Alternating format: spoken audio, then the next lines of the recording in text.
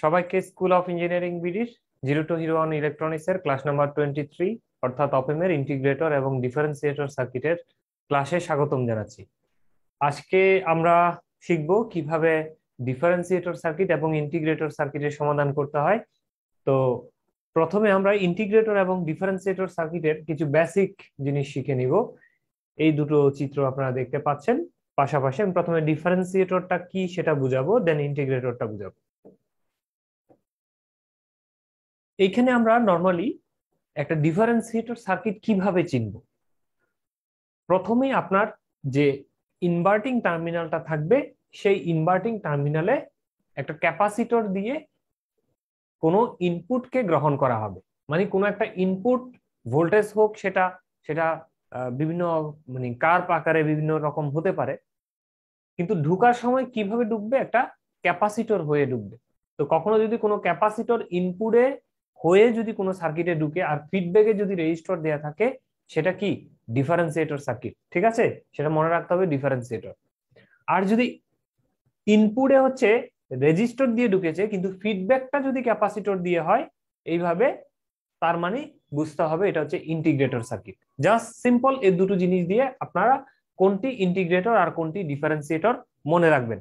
আমি আবারও বলছি, ইনপুটে যদি ক্যাপাসিটর দিয়ে ঢুকে তাহলে হচ্ছে ডিফারেন্সিয়েটর সার্কিট, আর যদি ফিডব্যাকে ক্যাপাসিটর থাকে তাহলে হচ্ছে ইন্টিগ্রেটর সার্কিট। তো আমরা সিম্পলি দুটো সার্কিট কাকে কি বলে, মানে কোনটার নাম কি সেটা আমরা চিনলাম। এখন আমরা ডিফারেন্সিয়েটর সার্কিটে চলে যাই। আমাদের সিম্পল কি বেসিক ছিল যে ইনপুটে যে কারেন্টটা ঢুকবে, কেসিএল আর কি, এই ইনপুটের লাইনে যে কারেন্টটা ঢুকবে সে কারেন্টটা অপেমে ঢুকতে পারে না। তো কোথায় যায়, সেই কারেন্টটা এইভাবে করে ঘুরে এইভাবে করে ফিডব্যাক রেজিস্টরের ভিতর দিয়ে ঢুকে এই আউটপুটের দিকে যায়। এটাই তো। তার মানে আমরা যদি বলি যে I1 এটা হচ্ছে ইনপুট কারেন্ট, আর IF-টা যদি ফিডব্যাক কারেন্ট হয়, তাহলে ইনপুট কারেন্ট যা, এই ফিডব্যাক কারেন্টও তা। এই বিষয়টা যেহেতু আমরা কনফার্ম হয়ে গেছি, সেই জন্য আমরা এখানে লিখেছি for the ideal differentiator circuit I1 is equal two IF, মানে এই I1 যা IF ও তাই হবে।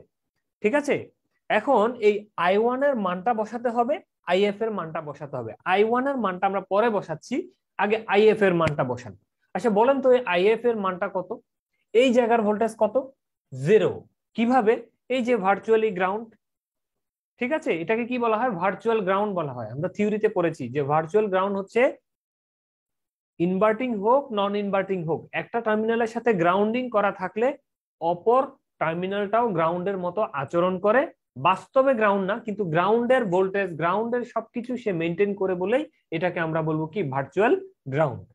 তো এই জায়গায় গ্রাউন্ডিং ভোল্টেজ কত আছে? 0 ভোল্ট। তাহলে অপর টার্মিনালে কত থাকবে? 0 ভোল্ট থাকবে, গত ক্লাসে আমরা দেখেছি। তাহলে এই জায়গার ভোল্টেজ হচ্ছে 0, এই জায়গার ভোল্টেজ হচ্ছে বি আউটপুট। তাহলে 0 minus V output divide by মধ্যবর্তী রেজিস্ট্যান্স হচ্ছে আর। তার মানে এটা হচ্ছে আইএফ বা ফিডব্যাক কারেন্ট, এই কারেন্টটা। ঠিক আছে, তাহলে এই কারেন্টের মান আমরা বসিয়ে দিলাম। এখন যে ইনপুট যে কারেন্টটা, সেই কারেন্টটাকে কিভাবে করবেন? এটা তো ক্যাপাসিটর। যদি রেজিস্টর হতো তাহলে আমরা কি বলতাম? বিআই মাইনাস 0 ডিভাইড বাই এই রেজিস্টরটাকে, মনে করেন R1 যদি থাকতো, তখন তো আর ডিফারেন্সিয়েটর সার্কিট হতো না। এটা ক্যাপাসিটর, সেজন্যই ডিফারেন্সিয়েটর সার্কিট। তো এইভাবে তো আমরা লিখতে পারতেছি না। এই যে আইএফ এর পরিবর্তে যেটা লিখলাম, এইভাবে কিন্তু এদিকে লিখতে পারতেছি না। তার মানে আমাদেরকে সেই বেসিক ইলেকট্রিসিটিতে চলে যেতে হবে। বেসিক ইলেকট্রিসিটিতে আমরা কি শিখেছি? কোনো একটা ক্যাপাসিটরের ভিতরে প্রবাহিত কারেন্ট এর মান কিভাবে বের করা হয়, কোন একটা ক্যাপাসিটর দিয়ে কত কারেন্ট যাচ্ছে সেটা কিভাবে বের করা হয়। আমরা জানি I is equal to C dV by dt. ঠিক আছে, আমরা কিন্তু সবাই জানি এই সূত্রটা। তো কোথা থেকে? এটা বেসিক ইলেকট্রিসিটির সূত্র, যে কোনো একটা ক্যাপাসিটরের ভিতর দিয়ে প্রবাহিত কারেন্ট সমান সমান ওই ক্যাপাসিটরের ক্যাপাসিটেন্সের মান ইনটু ক্যাপাসিটরের দুই টার্মিনালের যে ভোল্টেজ পার্থক্য হবে সেই ভোল্টেজের ডিফারেন্সিয়েশন। এই সূত্রটাই হচ্ছে ক্যাপাসিটরের ভিতর দিয়ে প্রবাহিত কারেন্টের বেসিক ফর্মুলা। এই ফর্মুলাকে বেস করে আমরা এখন আমাদের মূল যে বিষয় সেটা বোঝার চেষ্টা করব। তাহলে আমরা ক্যাপাসিটরের ভিতর দিয়ে প্রবাহিত কারেন্ট এটা বের করতে পারলে এটাই তো I1, তাই না? ক্যাপাসিটরের ভিতর দিয়ে কোন কারেন্ট যাচ্ছে? I1 কারেন্টটাই তো যাচ্ছে। ওকে, তাহলে সরি, আমার একটা ফোন আসছে, আমি একটা মিনিট একটু অফলাইনে যাব, আমি ফোনটা পিক করি।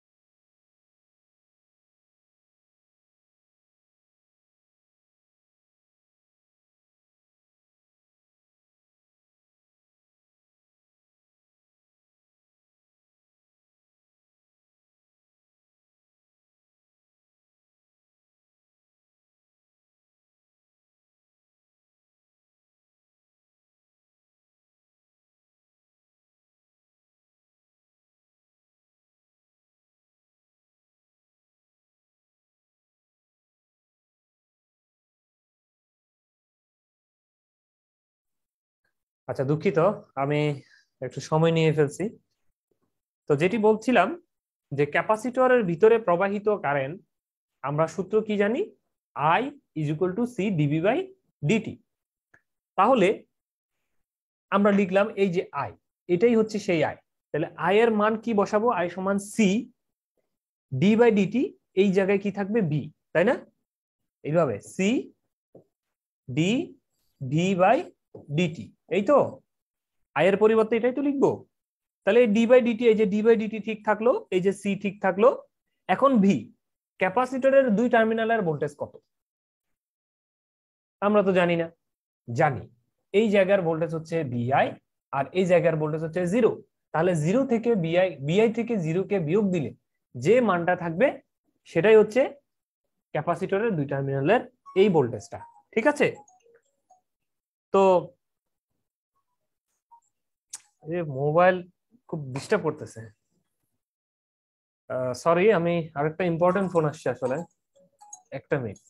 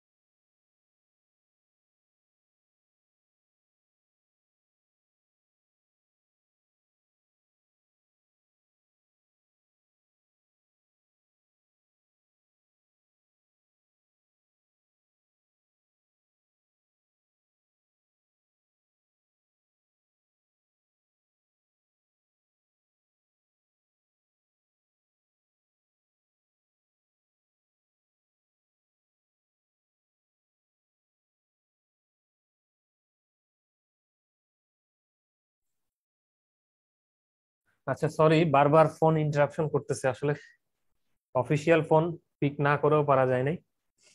তো যেটি বলছিলাম, এই ভি মানে ক্যাপাসিটরের আড়াআড়িতে যে ভোল্টেজ, সেটা হচ্ছে এই ক্যাপাসিটরের দুইটা টার্মিনালের ভোল্টেজের পার্থক্য। কত? কারেন্টটা যেদিক থেকে যাচ্ছে, আমরা বের করার জন্য যে কারেন্টটা নিয়েছি, সেই কারেন্টটা যেদিক থেকে যাচ্ছে বলে কল্পনা করতেছি, সেই ভোল্টেজটা বিয়োগ যেখানে যাচ্ছে সেই ভোল্টেজটা। ঠিক আছে? এই জন্যই আগে বিআই তারপরে 0, এই যে বিআই মাইনাস 0। এইভাবে করে আমরা এই I1 এর পরিবর্তে ক্যাপাসিটরের ভিতরে প্রবাহিত কারেন্টের মানটা লিখে দিব। দেন এইখান থেকে আমরা যদি আড়াআড়ি গুণ করি, এই জিনিসটা পাবো। কিভাবে পাবো? খুব ইজি। এই আর নিচের জিনিসকে যদি এই সি এর সাথে যদি গুণ করে দেন, হয়ে যাবে কি আর সি। এই জায়গায় থাকবে কি মাইনাস বি আউটপুট। আমরা তো চাই বি আউটপুটের মান কত, তাহলে বি আউটপুট কি হবে? মাইনাসটাকে ওপারে পার করে দেন, তার মানে মাইনাস আর সি। এই যে মাইনাস আর সি। তারপরে এই জায়গায় থাকলো কি ডি বাই ডিটি, বিআই মাইনাস 0। মাইনাস 0 কে তো দেওয়ার দরকার নাই, এই জন্য শুধু বিআই। এই যে আমরা যে সূত্র মুখস্থ করি, যে ডিফারেন্সিয়েশনের সূত্র হচ্ছে বি আউটপুট সমান সমান minus R C into dI by dt into বিআই।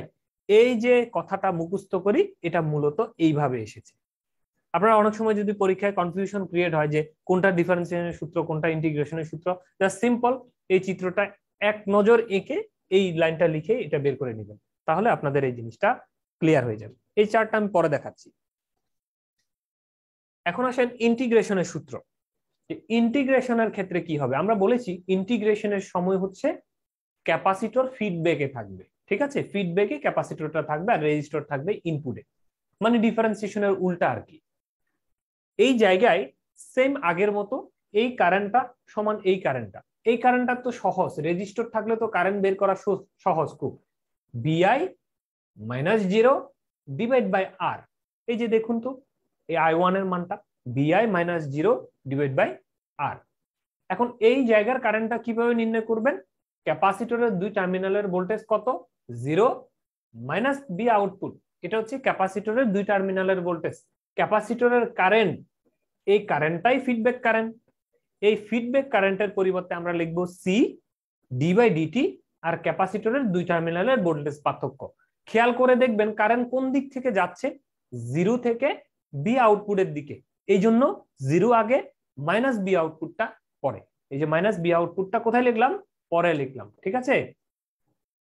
এইভাবে আমরা যদি এইটাকে এইভাবে লিখি, 0টাকে যদি বাদ দিয়ে দিই, 0 তো কোনো কাজে আসবে না, মাইনাস বি আউটপুট, এই মাইনাসটাকে যদি সামনে নিয়ে যায় minus C d by dt B output, তাই না, এইভাবে হবে। আমরা যদি এটাকে একটু সমাধান করি, এই লাইনটাকে বিআই বাই আর, এইভাবে বি ইনপুট বাই আর, এই 0-র কোনো ভ্যালু নাই, আর এই পাশে থাকবে minus C d by dt B output. Okay, আমাদের উদ্দেশ্য হচ্ছে এই বি আউটপুটটাকে পাওয়া। তাহলে আমরা এই সিটাকে যদি নিচে পাঠিয়ে দিই, এটা যেহেতু এইখানে উপরের জিনিস, এটাকে যদি ওপারে পার করে দিই নিচে, এইভাবে মাইনাস আর এর সাথে সিটা চলে আসলো, মাইনাস সিটা এইভাবে চলে আসলো, উপরে থাকলো বিআই, ঠিক আছে। এখন আমাদের দরকার হচ্ছে এই বি আউটপুটটাকে, তাহলে এই ডি বাই ডিটি সাহেবকে ওপারে পার করে দিলেই তো শান্তি, ঠিক আছে। তাহলে এখন ডি বাই ডিটি কে কিভাবে আমরা ওপারে পার করব, এই জন্য আমরা এটাকে একটু সুন্দর করে আগে লিখব এইভাবে, মাইনাস 1 বাই আর সি, আর উপরের যে বিআইটা থাকবে এটাকে লিখবো এইভাবে বিআই। কোনো অসুবিধা আছে, এই বিআইটা উপরে ছিল, এই উপরের থেকে জাস্ট পাশে নিয়ে এসেছি, উপরে 1 দিয়েছি, minus 1 by R C into Vi. এখন যদি এই ডি আই বাই ডিটি জিনিসটাকে যদি ওপারে পার করে দিই, তাহলে ডিফারেন্সিয়েশন যদি কখনো সাইড চেঞ্জ করে তখন সেটা হয়ে যায় কি ইন্টিগ্রেশন। এইভাবে ইন্টিগ্রেশন বিআই, যেহেতু ডিটির সাপেক্ষে ইন্টিগ্রেশন দিলে একটা সাপেক্ষ দিতে হয়, ডি বাই ডিটি যেহেতু ছিল, ডি বাই ডিটি যেহেতু ছিল, তাহলে ডিটির সাপেক্ষে যেহেতু ইন্টিগ্রেশনের ক্ষেত্রে একটা ডিটি চিহ্ন চলে আসবে, এইভাবে ডিটি।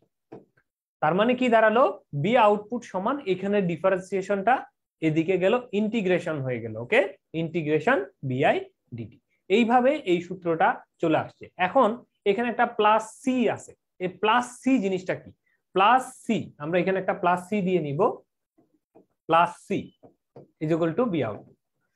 প্লাস সি জিনিসটা হচ্ছে যদি কখনো কোনো কনস্ট্যান্ট ভ্যালু থাকে, মানে আমরা যদি বলি এই প্লাস সি জিনিসটা বোঝানোর জন্য আমরা যদি একটা উদাহরণ দিই, ধরে নেন একটা গাড়ি 0 কিলোমিটার পার আওয়ারে থেমে আছে। এই গাড়িটা চলতে চলতে কোনো একটা সময় 10 কিলোমিটার পার আওয়ার এ এসে পৌঁছালো। তাহলে আমরা যদি বলি এই গাড়িটা শুরু করেছিল কখন, 0 কিলোমিটার থেকে, এখন এই মুহূর্তে কত 10 কিলোমিটার পার আওয়ার।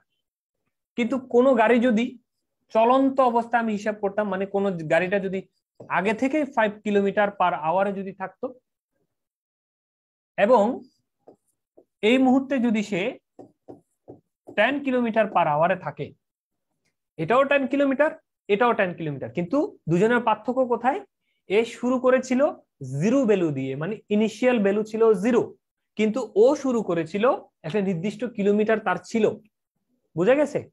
এই যে নির্দিষ্ট কোনো একটা মান, মানে শুরুতে যদি কোনো মান থাকে সেই মানটাকে কনস্ট্যান্ট ভ্যালু সি বলা হয়। তো এই অঙ্কটা করতে গিয়ে শুরুতেই যদি কোনো একটা কনস্ট্যান্ট ভ্যালু থাকে, আমরা অঙ্ক করার সময় বুঝবো এগুলো, কনস্ট্যান্ট ভ্যালু যদি থাকে সেক্ষেত্রে এই মানটার সাথে বের করার সময় এই কনস্ট্যান্ট ভ্যালুর মানটা যোগ করে দিতে হবে। এটা একটা ভোল্টেজ আর কি, মানে আগে থেকে যদি এই ক্যাপাসিটরের মধ্যে কোনো চার্জিত কোনো ভোল্টেজ বা কোনো কিছু যদি আগে থেকে থাকে, সেই ভ্যালুটা এটা বের করার সাথে মানের সাথে যোগ করে দিতে হবে। অনেকটা এই ধরনের, যে আগে থেকে তার মধ্যে 5 কিলোমিটার ছিল, আমি হিসাব করার সময় আগে থেকেই 5 ছিল, এখন আছে 10। তো আগে থেকে কোনো কিছু থাকলে সেটাকে যোগ করে দিতে হবে। তো অঙ্ক করার সময় দেখবো বিষয়গুলো। তো এই জন্য একটা প্লাস সি যোগ করে দিতে হবে কনস্ট্যান্ট। এটা ম্যাথমেটিক্স এর ক্লাসে অর্থাৎ ইন্টিগ্রেশন ডিফারেন্সিয়েশনের ক্লাসে বিস্তারিত বোঝানো হয় বিষয়গুলো। তো আমরা এখানে একটা চার্ট দিয়েছি, খেয়াল করবেন যে শর্টকাটে মনে রাখার ক্ষেত্রে আপনার যদি ইন্টিগ্রেটর বা ডিফারেন্সিয়েটর সার্কিটের ক্ষেত্রে কোনো ধরনের যদি ওয়েভ আসে, ওয়েভগুলো আউটপুটে আপনি যে এঁকেছেন সেটা হয়েছে কি হয় নাই সেটা ভেরিফাই করার জন্য এই চার্টটা আপনার কাজে লাগবে, মানে মুখস্থ থাকলে কাজে লাগবে। যদি ইনপুটে কখনো যদি সাইনোসয়েডাল ওয়েভ দিয়ে, মানে সাইন ওয়েভ যদি থাকে, তাহলে আউটপুটে গিয়ে সেটা কস ওয়েভ বা কোসাইন ওয়েভ হয়ে যাবে। কখনো যদি ট্রায়াঙ্গুলার ওয়েভ থাকে সেটা স্কোয়ার ওয়েভ হয়ে যাবে, স্কোয়ার ওয়েভ থাকলে সেটা স্পাইক ওয়েভ হবে, স্পাইক। আমরা কমিউনিকেশন ইঞ্জিনিয়ারিং এ পড়েছিলাম যে কিভাবে স্পাইক হয়। এই ধরনের স্কোয়ার ওয়েভকে যদি ডিফারেন্সিয়েশন করেন, এই যে স্কোয়ার ওয়েভ, রাইট, এটা একটা স্কোয়ার ওয়েভ, এটাকে যদি আপনি ডিফারেন্সিয়েশন করেন, ডিফারেন্সিয়েশনের আউটপুটটা হবে এরকম, কেমন এই ধরনের। এটাকে কি বলা হয়? স্পাইক বলা হয়। আমরা কমিউনিকেশনে দেখেছি বিষয়গুলো। তো এই ধরনের স্কোয়ার ওয়েভ কখনো যদি ইনপুটে কোনো একটা ডিফারেন্সিয়েটর সার্কিটের ইনপুটে যদি স্কোয়ার ওয়েভ থাকে, আউটপুট ওয়েভ শেপটা এই ধরনের স্পাইক হবে। আর যদি ট্রায়াঙ্গুলার দেয়া থাকে সেটা স্কোয়ার হবে, যদি সাইন ওয়েভ থাকে সেটা কোসাইন ওয়েভ হয়ে যাবে। এটা কিসের ক্ষেত্রে? ডিফারেন্সিয়েশনের ক্ষেত্রে। আর ইন্টিগ্রেটর সার্কিটের ক্ষেত্রে কি হবে? সাইন ওয়েভ থাকলে কোসাইন ওয়েভ হবে, স্কোয়ার ওয়েভ থাকলে ট্রায়াঙ্গুলার ওয়েভ হবে। এই বিষয়গুলো মনে রাখলে জাস্ট পরীক্ষার হলে আপনি যে ওয়েভটা আউটপুট ওয়েভ শেপ আঁকছেন, সে আউটপুট ওয়েভ শেপটা ভুল হলো কি শুদ্ধ হলো, সেটা কেমন হলো, এই বিষয়টা আপনি ভেরিফাই করে নিজে নিজে নিতে পারবেন। তো 1 নম্বর অঙ্ক, for the given input signal sketch the output waveform. এটাই হচ্ছে একটা কি সার্কিট? Differentiator circuit. কিভাবে বুঝলাম? ইনপুটে ক্যাপাসিটর, ফিডব্যাকে রেজিস্টর। এখন এই ডিফারেন্সিয়েটর সার্কিটের ইনপুট ভোল্টেজে এই ধরনের একটা ট্রায়াঙ্গুলার ওয়েভ ঢুকছে। এই ট্রায়াঙ্গুলার ওয়েভটা ঢুকে এই আউটপুটে কি ধরনের ওয়েভ তৈরি করবে এটা আপনাকে আঁকতে হবে। শুধু ওয়েভ কেমন তৈরি করলো বললে হবে না, এটার স্পাইকের ভ্যালু অর্থাৎ চূড়ার ভ্যালু হাইয়েস্ট অ্যামপ্লিটিউড হচ্ছে 4 ভোল্ট, তাহলে যেটা স্কোয়ার ওয়েভ হলো তার ভোল্টেজ গুলো কত সেগুলো আপনাকে লিখে দিতে হবে। ওটাই হচ্ছে মূল অঙ্ক। এখন এই ভোল্টেজ গুলো লিখে দেওয়াই কিন্তু ঝামেলা, কিন্তু আপনি যদি বলেন কোন পরীক্ষায় যদি এই মানগুলো যদি দেয়া না থাকে, 4 3 1 কোনো কিছু যদি দেয়া না থাকে, খুব ইজি। কিছুক্ষণ আগে আমি একটা চার্ট দেখিয়েছি, সেই চার্ট অনুযায়ী আপনি ট্রায়াঙ্গুলার ওয়েভ যদি ট্রায়াঙ্গুলার থাকলে স্কোয়ার হবে, আপনি জাস্ট আউটপুট ওয়েভ হিসেবে টাইম ঠিক রেখে, টাইম গ্রেডিয়েন্ট গুলো ঠিক রেখে আপনি কি এঁকে দিবেন? এই ধরনের স্কোয়ার ওয়েভ এঁকে দিলেই আপনার অঙ্কটা হয়ে গেল। কিন্তু যদি এই ধরনের মান থাকে, সাধারণত মান থাকবে, মান থাকলে তখন কিভাবে এই ওয়েভটা আঁকবেন? তা আমাদের সূত্র আমরা কি জানি?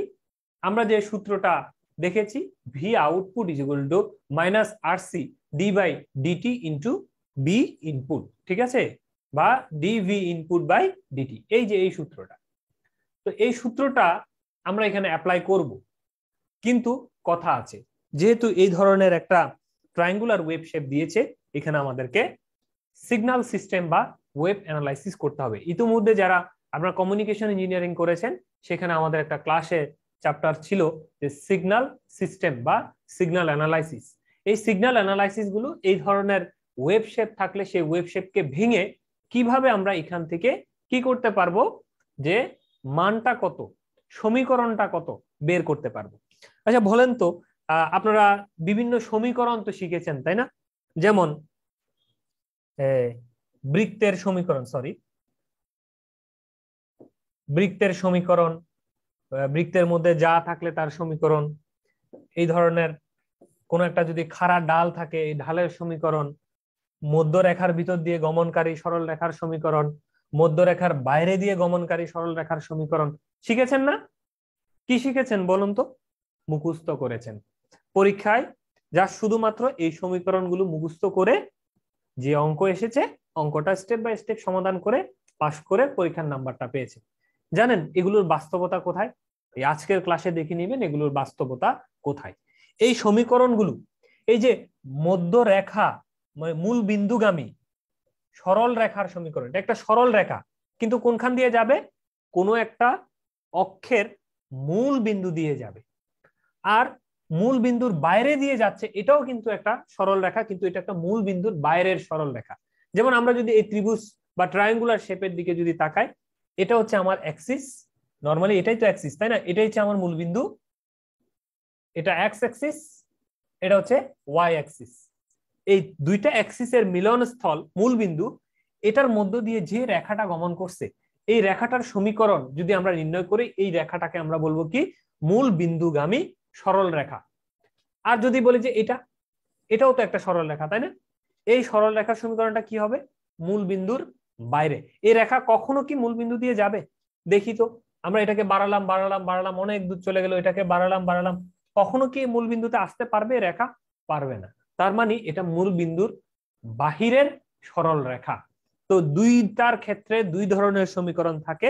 মূল বিন্দুগামী সরল রেখার সমীকরণ একটা, মূল বিন্দুর বাইরের, যেমন এটাও মূল বিন্দুর বাইরে, এটাও মূল বিন্দুর বাইরের, এটাও মূল বিন্দুর বাইরের। কেন? এটাকে আমি যদি কখনো বাড়াই এইভাবে যাবে, কিন্তু এই মূল বিন্দুতে কখনো আসতে পারবে না, এই রেখাটাও কখনোই মূল বিন্দুতে আসতে পারবে না।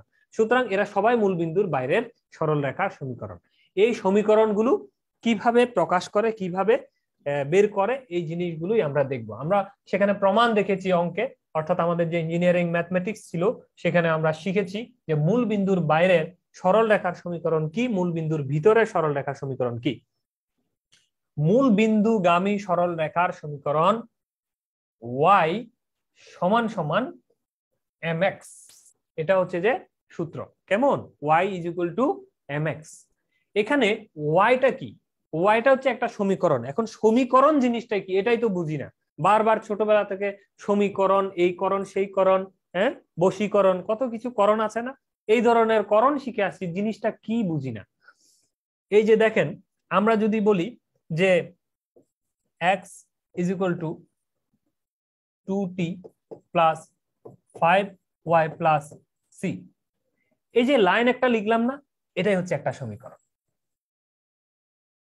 মানে সহজ কথায়, কোনো অনেকগুলো আননোন ভ্যালু থাকবে, সে আননোন ভ্যালুগুলো পাশাপাশি বসে, সেটা মাথার উপরে স্কোয়ার থাকতে পারে, অথবা পাশাপাশি যোগ থাকতে পারে, বিয়োগ থাকতে পারে, এই ধরনের পাশাপাশি বসে যদি কোনো একটা সহগ সহ যদি পাশাপাশি বসে, সেটা হচ্ছে একটা সমীকরণ। ঠিক আছে? তো এই ধরনের এই ওয়াই, মানে এখানে কাকে বের করছি? এই সমীকরণটাকে আমি বের করছি যে এক্স এর মানটা কত। এক্স এর মানটা হচ্ছে এদেরকে যদি আমি মান বসাতে পারি, টি এর মান, ওয়াই এর মান বসাতে পারলে, সি এর মান বসাতে পারলে এই এক্স এর মানটাকে পাওয়া যাবে। তাহলে এক্স এর সমীকরণ, এখানে সমীকরণ এর উদ্দেশ্যটা কি? এক্স এর মানকে বের করা। ঠিক তেমনি এখানে উদ্দেশ্যটা কি? ওয়াই এর মানকে বের করা। এন্ড ওয়াইটা কোনটা? এই অক্ষরেখার এই ওয়াইটা না, ডেফিনেটলি এটা না। তাহলে ওয়াই কোনটা? এই যে এই দাগ যেটা, এই দাগটার নাম হচ্ছে ওয়াই। এই যে বাঁকা যে দাগটা দেখতে পাচ্ছেন সরল রেখা, এই সরল রেখার সমীকরণটাই হচ্ছে ওয়াই। এই ওয়াইটাকে মানে এই সরল রেখার মানটাকে, এই সরল রেখার মানটাকে বের করার নাম হচ্ছে কি? ওয়াই। এবং তার বের করার সমীকরণ হচ্ছে এম ইন্টু এক্স। এই এম ইন্টু এক্স এরা কারা আবার? এম হচ্ছে ঢাল, আমরা বাংলায় পড়েছিলাম ঢাল, কেমন, বা স্লোপ। আর এই এক্স হচ্ছে এক্স অ্যাক্সিস। ঠিক আছে? এক্স অ্যাক্সিস, এই এক্স অ্যাক্সিসটা, এই যে এক্স মানে হচ্ছে এই রেখায় কে আছে।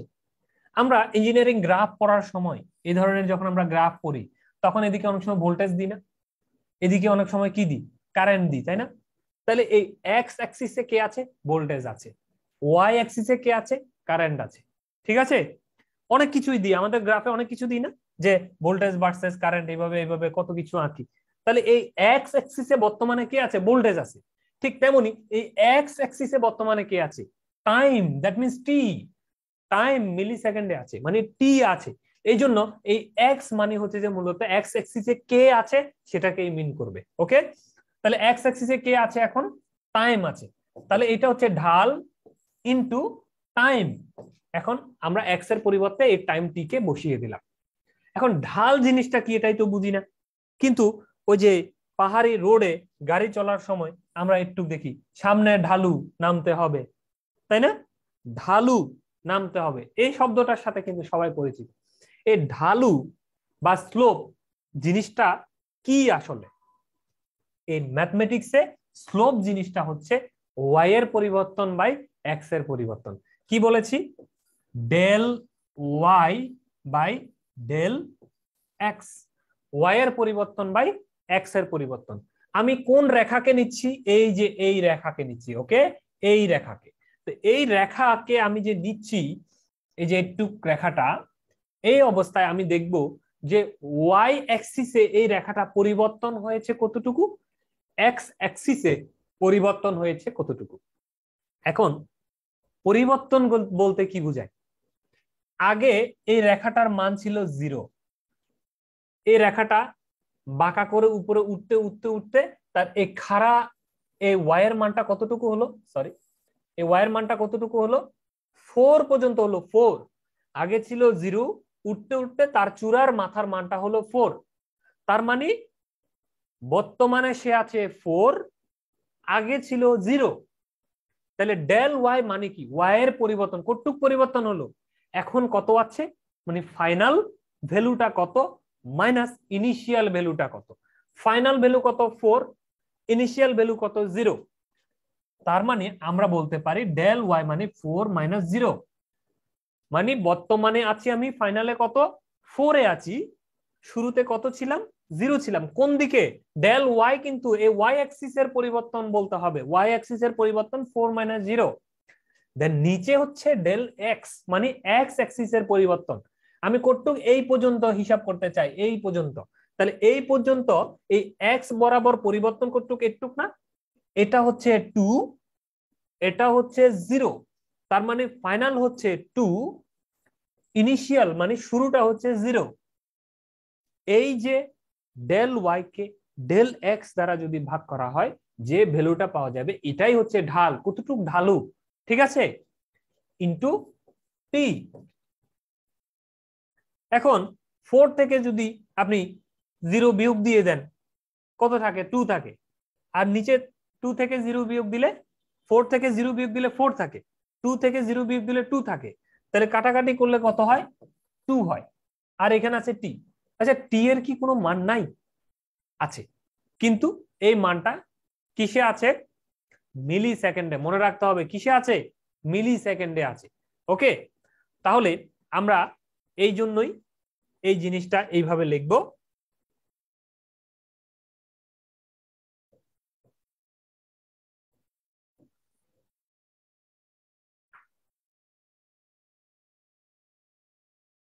আচ্ছা, 2t লিখে দেন। ওকে, তাহলে আমরা এই ওয়াই মানে সমীকরণটা কত বের করলাম? Y is equal to mx এর মাধ্যমে এই জিনিসটা বের করলাম। এখন টি এর যে মানগুলো আমরা বসিয়েছিলাম, ভালো করে খেয়াল করবেন, আমরা যে এই এক্স অ্যাক্সিসে যে মানগুলো বসিয়েছিলাম সেটা কিসে ছিল? মিলি সেকেন্ডে ছিল। তার মানে এই 2, 0 এই যে জিনিসটা বসিয়েছি সেটা কিসের ছিল? মিলি সেকেন্ডে ছিল। আর উপরের যে ভোল্টেজটা বসিয়েছি 4 আর 0, এটা কি ছিল? ভোল্টেজে ছিল, ভোল্ট এককে ছিল। তাহলে একটা ভোল্ট আর একটা হচ্ছে মিলি সেকেন্ড, দুটো তো দুই জিনিস হয়ে গেল। ভোল্টেজ আর এটা রাখতে হবে সেকেন্ডে, নট মিলি সেকেন্ড, কিসে? সেকেন্ডে। তাহলে এখানে আমরা যে ভুলটা করেছিলাম সেটা আমরা একটু শুধরাই নিই।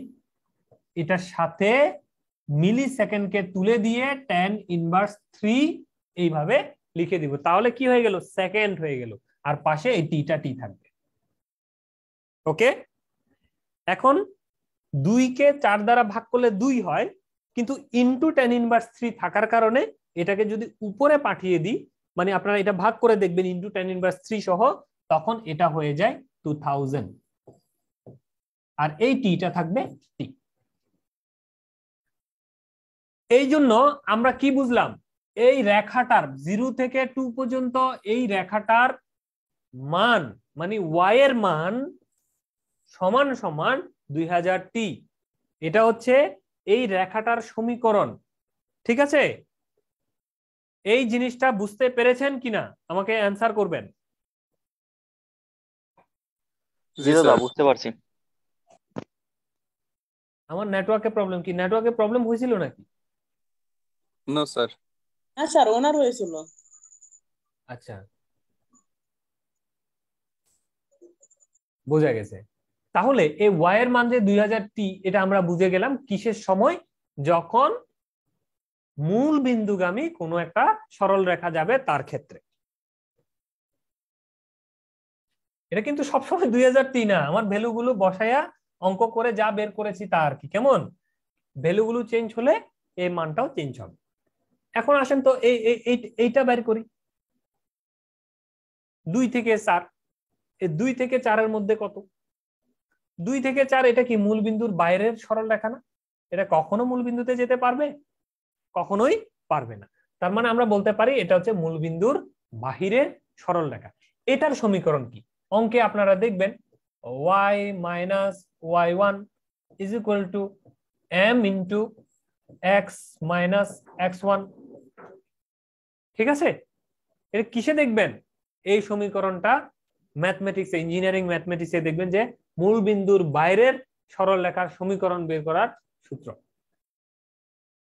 ওয়াইটাকে, ওয়াইটাই হচ্ছে আমাদের চাওয়া পাওয়া, এই যে সমীকরণটাই হচ্ছে এই ওয়াই সমান সমান।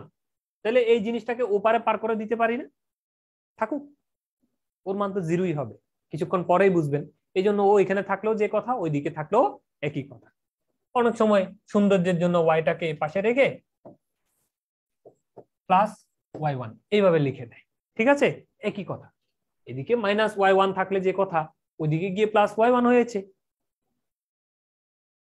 এখন এই জায়গায় আমরা চাচ্ছি কি, মান বসাতে।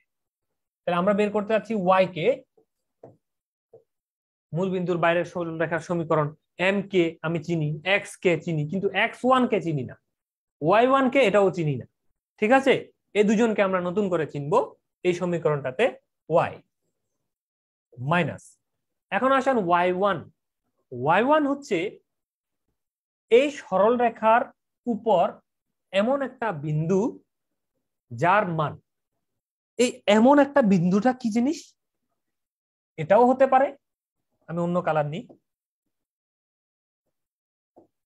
এই পয়েন্টটাও হতে পারে, এটাও হতে পারে, এখানেও হতে পারে, এখানেও হতে পারে, এখানে হতে, আপনি যেখানে ধরেন।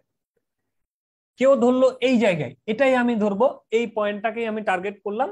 এই পয়েন্টটার যে ভ্যালুটা আসবে, এই এই জায়গাটা হচ্ছে এক্স এর মান, এই বরাবর টানলে যে জায়গাটা আসবে এটা হচ্ছে ওয়াই এর মান। এটা হচ্ছে y1, এটা হচ্ছে x1।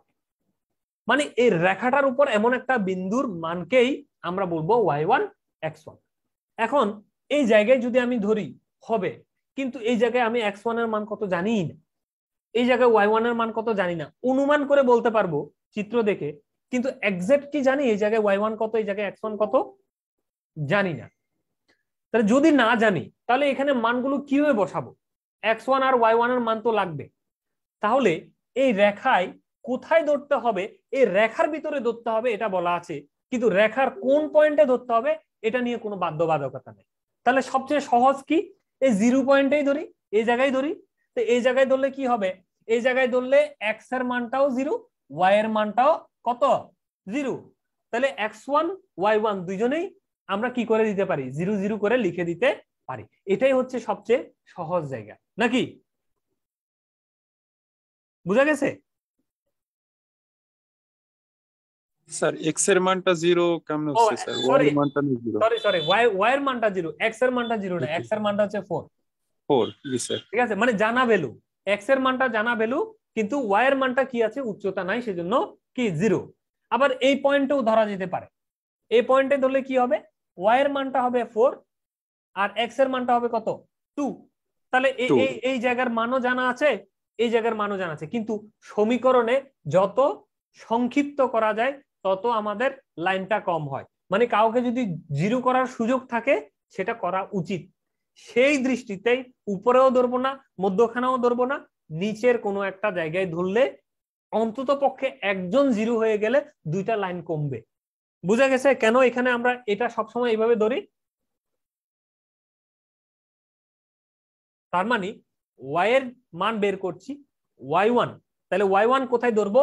এই পয়েন্টে ধরবো আমরা, মানে এই সরল রেখার উপরে যে কোনো একটা পয়েন্টেই আমরা ধরবো। তো y1 এর মান মানে উচ্চতা কত? উচ্চতা 0, এই যে 0 হয়ে গেল। তারপরে is equal to m, m মানে কি? Del Y by del X, Y এর পরিবর্তন বাই এক্স এর পরিবর্তন। আচ্ছা, এই রেখাটার ওয়াই এর পরিবর্তন, এই রেখাটা উপরের থেকে নিচে নামছে। ফাইনাল ওয়াই কত? ফাইনাল আগে ছিল অনেক উঁচুতে, কততে ছিল? 4-এ ছিল। 4-এর থেকে সে নামতে নামতে নামতে নামতে কত নামছে? 0-তে নামছে। তাহলে ওয়াই এর মান কত? 0। আগে কত ছিল? 4। তাহলে ওয়াই এর পরিবর্তন 0 - 4। এক্স এর পরিবর্তন এইখান থেকে এই জায়গা পর্যন্ত, তাহলে ফাইনালি কত? এক্স 4। আগে কত ছিল? এক্স 2। কিন্তু মজার বিষয় হচ্ছে এই নিচের ভ্যালুগুলো কিসে? মিলি সেকেন্ডে, এই জন্য তার পাশে গুণ করে tan ইনভার্স 3 দিয়ে সেকেন্ডে নিয়ে আসবে। তাহলে এই m এর ভ্যালু শেষ। থাকলো কে? x - x1। x মানে কি? এই রাস্তায় x মানে হচ্ছে t, এই জন্য x মানে হচ্ছে t। x1 কত? ওই y1 যেখানে ধরেছিলেন ওই জায়গায় x1 এর ভ্যালুটা কত? 4 -4। ঠিক আছে, বুঝতে পারছেন? দাদা এখানে 1000 দিয়ে ভাগ করলে জি দাদা বুঝতে পারছি। সেকেন্ড জি জি 1000 দিয়ে সেকেন্ড সেকেন্ড করলেন কি 1000 দিয়ে ভাগ? তো এটা এটা হ্যাঁ হ্যাঁ হ্যাঁ হ্যাঁ, tan ইনভার্স 3 মিলি সেকেন্ডকে 1000 দ্বারা ভাগ করছে আর কি। এটা 1000 টোটাল টোটাল কি হইতেছে? কি মানে এটা তো উপরে গেলে কি হয়ে যাবে? আলটিমেটলি 1000 গুণ হয়ে গেছে। সেটা সেটা হোক, কিন্তু আপনি নরমাল নরমাল সেন্সে চিন্তা করুন, মিলি সেকেন্ড থেকে আমি সেকেন্ডে নিব, কি করতে হবে? tan ইনভার্স 3 দ্বারা গুণ করতে হবে। বড় ইউনিট নিচ্ছেন 1000 দিয়ে ভাগ করা লাগবে। 1000 দিয়ে ভাগ হচ্ছে না তো, এটা তো মানে 1000 দিয়ে গুণ হয়ে যাচ্ছে। কেন গুণ হচ্ছে? আপনি শুধু এইটা চিন্তা করেন, উপরেরটা না। আপনি তো মিলি ও সেকেন্ড আচ্ছা আচ্ছা কোনটা? আচ্ছা নিচেরটা। ও আচ্ছা সরি সরি আমি নিচেরটা, আচ্ছা শুধু নিচেরটা, আচ্ছা হ্যাঁ, ও সরি উপরেরটা তো নিচেরটা। ভোল্ট, তাই না? ও আচ্ছা উপর সরি উপরটা ভোল্ট, ঠিক আছে ঠিক আছে ঠিক উপরেরটা আছে। ভোল্ট। ও হ্যাঁ ঠিক আছে। আচ্ছা, এখন আমরা এই জায়গায় যদি অঙ্কটা করি যে ভ্যালুটা কেমন দাঁড়াচ্ছে, তাইলে y সমান সমান এখানে 4 থেকে 2 চলে গেলে এই জায়গায় কত আসবে? এটা মাইনাস আসবে না? মাইনাস এটা আসবে 2, আর এটার জন্য 2000 2000t। ঠিক আছে, তাহলে দাঁড়ালো কত? 2 থেকে 4 মিলি সেকেন্ডে 2000t, সরি 200t না, 2000t। আর এইখানে দাঁড়ালো হচ্ছে ওই পাশে -4 থেকে গেছে স্যার। হ্যাঁ t-4 আছে স্যার এখানে। 2000, এইটার সাথে এই টি কে গুণ করলে, এই পুরো জিনিসটার সাথে টি কে গুণ করলে 2000t। আবার এই পুরো জিনিসটার সাথে 4 কে না, এখানে 4 ইন্টু, এটাও তো মিলি সেকেন্ডে তাই না? এই যে 4 into tan inverse 3 x1, x1 মানে কত? 4 না? 4 এটা তো মিলি সেকেন্ডে, বুঝতে পারছেন? এই জন্য এই 4 মিলি সেকেন্ডের সাথে এই জিনিসটাকে একবার গুণ হবে না, এই পুরো জিনিসটাকে টি দ্বারা গুণ, এই পুরো জিনিসটাকে এটা দ্বারা গুণ। পুরো জিনিসটাকে টি দ্বারা গুণ করলে হয় 2000t, এই পুরো জিনিসটাকে এটা দ্বারা গুণ করলে হয় কত? 8 প্লাস 8। আপনারা গুণ করে দেখতে পারেন। জি স্যার 8 আসে। তো এটাকে আমরা যদি সাজিয়ে লিখি, প্লাসটাকে যদি আগে লিখি এই ধরনের হবে, এই যে 8 - 2000t। দেখছেন এই জিনিসটা একটা লাইনে করা হয়েছে। এখন এটা কখন পারবেন? যখন এই প্র্যাকটিসটা বেশি বেশি বেশি বেশি করবেন। সমীকরণ দেখার সাথে সাথে শুধু ক্যালকুলেটরে শেষ করে দিতে হবে। এটা বুঝা গেছে? তাহলে সলিউশন করতেছি প্রথমে। এখন সলিউশনে যাব আমরা। আমাদের সমীকরণ বের করা বুঝা সব শেষ। এই কষ্ট করলাম শুধুমাত্র সামনে আর যেন না লাগে সেজন্য। এখন আসেন, এখন আমরা অঙ্ক করব। তাহলে আমরা দেখছি কি টাইম পিরিয়ড কোন টাইমের জন্য হিসাব করছি, 0 থেকে 2 পর্যন্ত। এই যে দেখুন টাইমের মান মানে টি এর মান 0 থেকে বড়, 2 মিলি সেকেন্ড থেকে ছোট। এই যে 2 মিলি সেকেন্ড থেকে ছোট, তার মানে এই সময়ের কথা বলা হচ্ছে। এই সময়ে আমরা কি পেলাম? সমীকরণ, ইনপুট ভোল্টেজের সমীকরণ VI is equal two 2000 T volt পেয়েছিলাম কিনা? 2000 টি প্রথমটাতে। জি স্যার। ওকে, এখন নিচে দেখেন সময় যখন মানে টাইমের মান যখন 2 থেকে বড় 4 থেকে ছোট, এই যে 2 থেকে 4 এই রেঞ্জে যখন ছিল, মানে এই সমীকরণটার কথা বলা হচ্ছে, যখন ছিল তখন আমরা পেয়েছিলাম 8 মাইনাস 2000 টি ভোল্ট। তাহলে এই ইনপুট ভোল্টেজের সমীকরণ কয়টা পেলাম? 2টা পেলাম। 2টা হলেই হয়ে গেছে, আর বাকিগুলো ফটোকপি। কেমন? আবার এভাবে উঠবে আবার নামবে, আবার উঠবে আবার নামবে, একই জিনিস। This period is replaced again and again. তাহলে এই জিনিসটা sorry repeated again and again. তো এই জিনিসটা রিপিট হতে থাকবে বারবার, একই জিনিস, কারণ একই উচ্চতা একই গেপ সব সেম, এই জন্য এটা রিপিট হতে থাকবে। এই কারণে আমরা শুধু এই 2টা যদি বের করতে পারি তাহলে এখানে কি হচ্ছে আমরা বুঝতে পারবো। তাহলে বি আউটপুটের সমীকরণ লেখেন, বি আউটপুট সমান সমান minus RC d by dt into V input. এখন RC কত? এই যে এইখানে আপনারা দেখেন আর এর মানও দেয়া আছে, সি এর মানও দেয়া আছে। এই আর এবং সি কে আমরা যদি গুণ করি হবে 1 ইন্টু 10⁻³ সেকেন্ড। তাহলে 1 ইন্টু 10⁻³ 1টাকে লিখতে হয় না, এই জন্য 10⁻³ সেকেন্ড। তো RC এর পরিবর্তে আমরা লিখে দিব কি minus 10⁻³ second di by dt into V input. প্রথমটা করেন, আমরা এখানে লিখছি দেখুন বি আউটপুট সমান সমান মাইনাস RC এর ভ্যালু হচ্ছে কত? 10⁻³ d by dt V input, তাই না? সমীকরণ কি ছিল? B input. তাহলে বি ইনপুটের মান কত?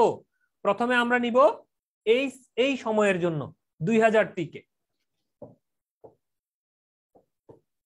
2000 টির যদি ডিফারেন্সিয়েশন করা হয় কত বের হয়? 2000 টিকে ডিফারেন্সিয়েশন করলে 2000 স্যার। 2000। কেন?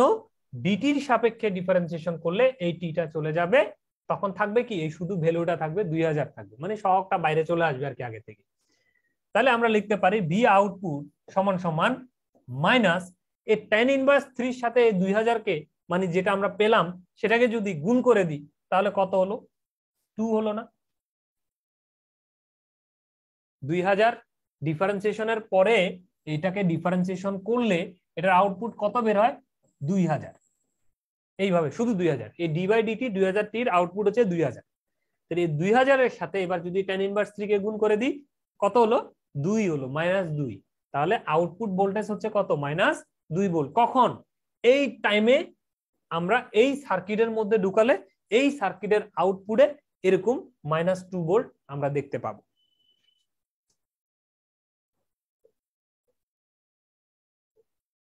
এখন আবার কত? নিচের সমীকরণটা না, দ্বিতীয় স্টেপে ভি আউটপুট সমান সমান minus RC d by dt V input. এখন বি ইনপুট কত? 8 মাইনাস 2000 টি। এটা হচ্ছে এই দ্বিতীয় এটাতে। এইটা যদি এই সূত্রে আমরা বসাই দিই তাহলে কি পাবো? মাইনাস RC মানে minus 10⁻³ d by dt 8 minus 2000 T সমান কত? বলেন। -2000 sir 0 minus 2000 into minus 2000। yes জিরোটা লিখতে হয় না। এই কেন? অনেকে বলবেন খাইছি ধরার তো খাইছি, কেন বলেন তো? ডিফারেন্সিয়েশন ইন্টিগ্রেশন তো ফাঁকি দিছি। মনে মনে বলতেছেন অনেকে? যাই হোক, আপনাদের মধ্যে যদি এমন না বলেন তাইলেই ভালো, শুক্রিয়া। কারণ অনেকেই এটা মনে মনে রাখে কিন্তু বাস্তবে বলে না, যে অনেক সময় মনে থাকে যে আরে কেন যে করলাম না। এগুলো ছোট জিনিস, ইন্টিগ্রেশন ডিফারেন্সিয়েশনের শুরুর জিনিস, দেখে নেবেন। কখনো যদি কোনো সহগ ছাড়া, মানে যাকে দিয়ে ডিফারেন্সিয়েশন করছেন তার ভ্যালু ছাড়া যদি শুধু মান হয়, মানের ডিফারেন্সিয়েশন হয় 0, গুল্লা। তাহলে এইটের সাথে কোনো T2 লাগানো আছে? নাই কিন্তু। তাহলে এইটের সাথে কিছু লাগানো না থাকলে এইটের ডিফারেন্সিয়েশন হবে 0, তাহলে এটা গেল গা। এরপরে থাকলো -2000t। এই -2000 সহগটাকে বাইরে বের করে নিয়ে আসি, এই d/dt এর বাইরে বের করে নিয়ে আসলাম, d/dt t থাকলো শুধু। তো d/dt t এর মানে যার সাপেক্ষে ডিফারেন্সিয়েশন করছেন সেই মানটা যদি সেখানে থাকে, তার মান হয় কত? 1। এই জন্য বাইরের যে 2000 সেটার সাথে 1 যখন গুণ হয় আলটিমেটলি হয় কত? 2000। আর সামনে যে মাইনাস চিহ্নটা, সেই মাইনাস চিহ্ন রয়ে যায়। এখন এখানেও একটা মাইনাস, এখানেও একটা মাইনাস, মাইনাসে মাইনাসে হয়ে যায় প্লাস, এটার সাথে এটা গুণ করলে হয় +2। ঠিক আছে? তার মানে বোঝা যাচ্ছে কি, যে এরকম উপরের দিকে ঊর্ধ্বমুখী কার্ভের জন্য হয় -2, এরকম নিম্নমুখী কার্ভের জন্য হয় +2। ঠিক আছে? তা আমরা ডিফারেন্সিয়েশনের সূত্র শেখার সময় একটা শব্দ শিখেছিলাম, যে কখনো যদি ট্রায়াঙ্গুলার ওয়েভ থাকে তাহলে আউটপুট কি বের হবে? Square wave. এবং আমার এই আউটপুট ভোল্টেজটাও তাই মিন করতেছে, যে এই সময়ের জন্য হবে -2, আর এই সময়ের জন্য হচ্ছে +2।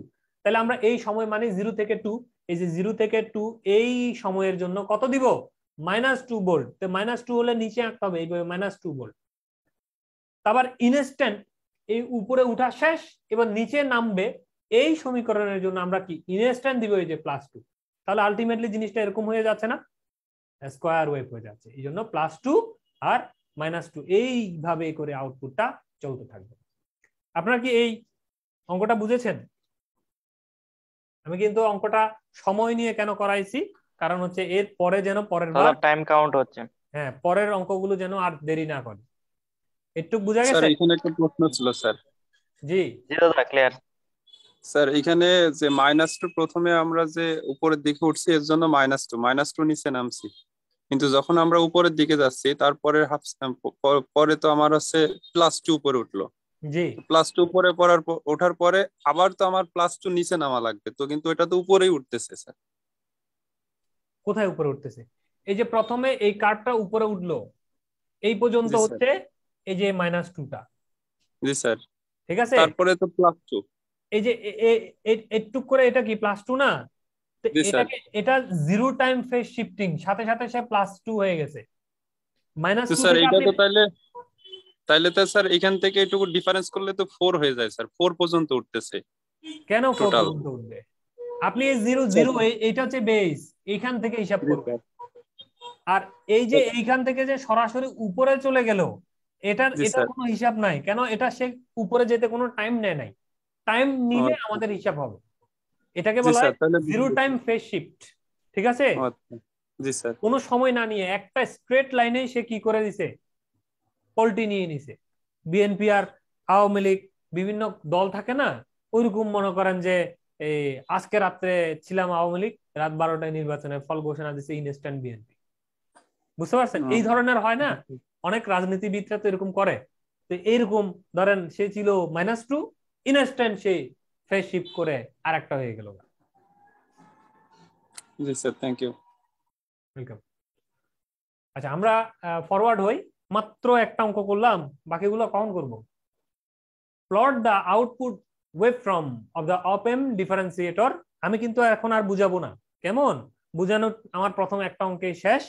এখন আমি শুধু ধরিয়ে দিব যে কিভাবে হচ্ছে। এই অপ-এম্প ডিফারেন্সিয়েটর সার্কিটটা ট্রায়াঙ্গুলার ওয়েভ শেপে আছে।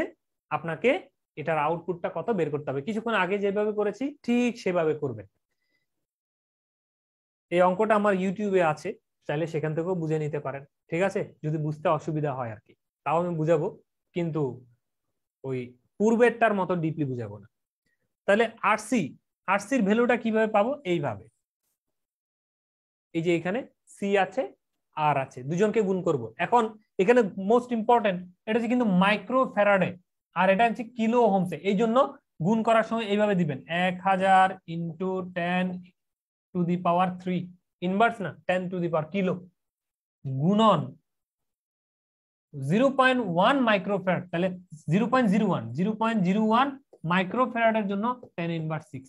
এই দুইটাকে গুণ করলে যা হবে সেটাই দেখবেন 10 ইনভার্স 3।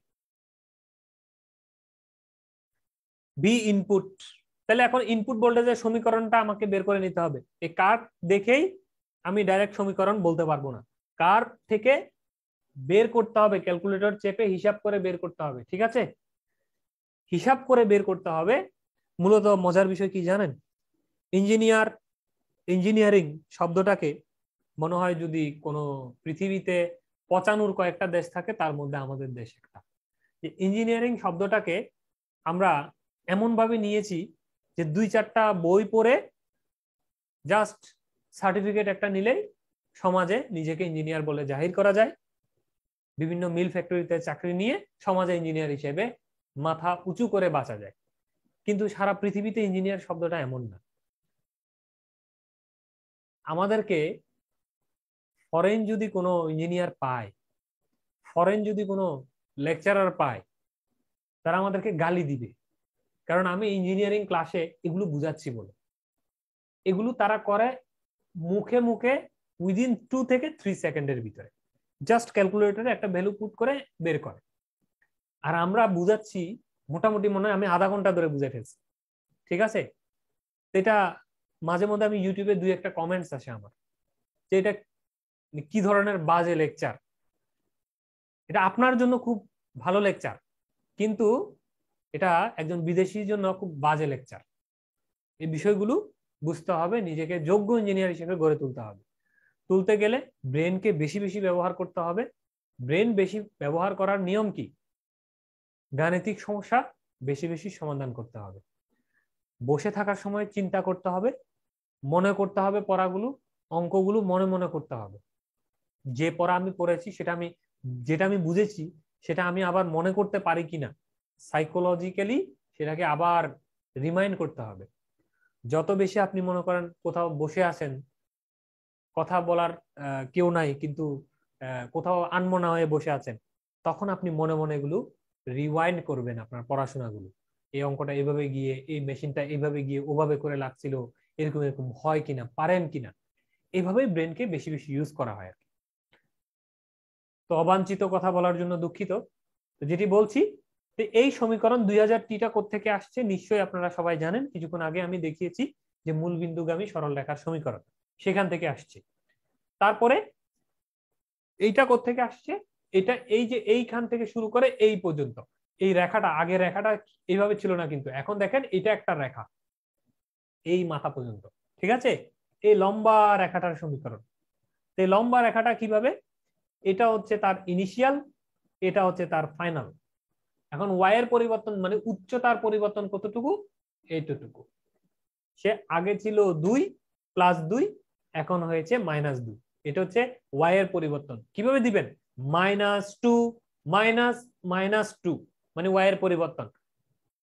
ফাইনাল ভ্যালু কত, -2, ইনিশিয়াল মাইনাস দিয়ে ইনিশিয়াল ভ্যালু কত, +2, মধ্যখানে সূত্রের মাইনাস দিয়ে ডেল ওয়াই বের হয়ে গেল। ডেল এক্স কিভাবে, এইখান থেকে শুরু করে এই পর্যন্ত, তাহলে কতটুকু 3, আর এটা কত 1 মিলি সেকেন্ডে কিন্তু, তাহলে 3 হচ্ছে ফাইনাল, 1 হচ্ছে ইনিশিয়াল, তাহলে 3 - 1 ইন্টু মিলি সেকেন্ডটাকে 10 ইনভার্স 3 দিয়ে গুণ করে সেকেন্ডে নিয়ে নেবেন।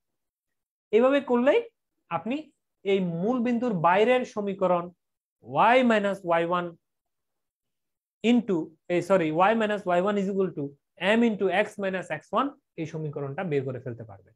ওখানে y1 এবং x1 এর মানটা কিভাবে ধরবেন, এই যে এই পয়েন্টকে ধরবেন, কারণ এই জায়গায় কোনো উঁচু নাই, উচ্চতা নাই, উচ্চতা কত 0, তাহলে y1 এর মানটা 0 হয়ে যাবে। আর এই জায়গায় x1 এর মানটা কত হবে, 2 মিলি সেকেন্ড, কিন্তু 2 × 10 ইনভার্স 3। এইভাবে আপনারা যদি করেন, এই রেখাটা মানে এই 1 থেকে 3 পর্যন্ত এই সময়ের জন্য যে রেখাটা, এই রেখাটার সমীকরণ বের করতে ফেলতে পারবে। আবার এটাও বের করতে হবে কেন? এই রেখাটা 0 থেকে উপরের দিকে আর এই রেখাটা -2 থেকে উপরের দিকে, এই জন্য এটাও বের করতে হবে। তো এটা কিভাবে বের করবেন? এটা বের করবেন 3 থেকে 4 এই টাইমের জন্য। এখানে দেখেন যে 3 থেকে 4 মিলি সেকেন্ড এই টাইমের জন্য মূল বিন্দুর বাইরের সরলরেখার সমীকরণ দিয়ে বের করবেন। ফাইনাল মাইনাস ইনিশিয়াল, সেম এটা যেভাবে করেছেন সেম সূত্র দিয়ে করবেন। এইভাবে 3টা বি ইনপুট, মানে এই ইনপুট ওয়েবটা অ্যানালাইসিস করে এই 3টা সমীকরণ আপনি পেলেন। এই 3টা সমীকরণকে এবার ডিফারেন্সিয়েশনের সূত্রের মধ্যে পুট করলেই, ডিফারেন্সিয়েশন করলে আমরা আউটপুটটা দেখতে পাবো। কি আউটপুট দেখতে পাচ্ছি দেখেন তো। আউটপুট দেখতে পাচ্ছি +2 যখন ছিল 2 ভোল্ট। আচ্ছা, আমার একটা ফোন আসছে, 1 মিনিট একটু লাইনে থাকবেন।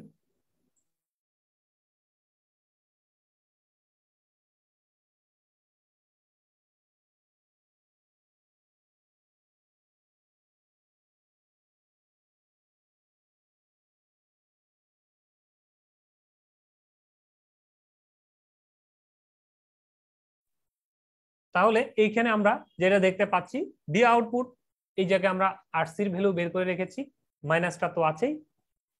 যখন আমরা এই 2000t কে এই জায়গায় বসাবো, মানে বি ইনপুটের জায়গায় বসাবো, তখন আউটপুট হবে 2 ভোল্ট। যখন এই জিনিসটাকে বসাবো এই জায়গায়, তখন হবে -2 ভোল্ট। যখন নিচের এই জিনিসটাকে বসাবো তখন হবে +2 ভোল্ট। তার মানে 2 ভোল্ট, -2 ভোল্ট, +2 ভোল্ট, এভাবে করে যাচ্ছে। এখন টাইমটা কিন্তু খুব গুরুত্বপূর্ণ। এই টাইমটা কত? 0 থেকে 1। তাহলে এই 0 থেকে 1 পর্যন্ত এই সময় আমরা দিব -2 ভোল্ট। 0 থেকে 1, এই 1 পর্যন্ত। আবার 1 থেকে 3, 1 থেকে 2 না, কিন্তু 1 থেকে 3 পর্যন্ত কত? 1 থেকে 3 -2 ভোল্ট। এই ভুল লাগছে নাকি?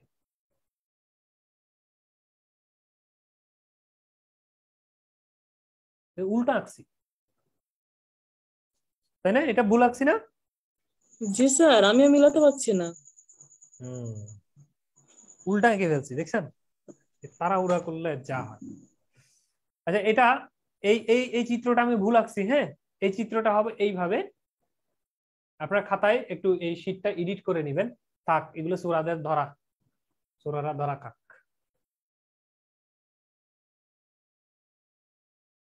আপনারা এটা এডিট করে নেবেন। হ্যাঁ, যখন 0 থেকে 1 ওই জায়গায় হচ্ছে +2 ভোল্ট, তাহলে +2 ভোল্ট হলে এই যে এইভাবে থাকবে, এইতে। এটা হচ্ছে 0, এটা হচ্ছে 1। এরপরে 1 থেকে 3 এই টাইমের জন্য -2 ভোল্ট, এইভাবে করে নিচে নেমে এই -2 ভোল্ট দুইটা হবে। কেমন? মানে এটা যতটুর তার 2 গুণ হবে,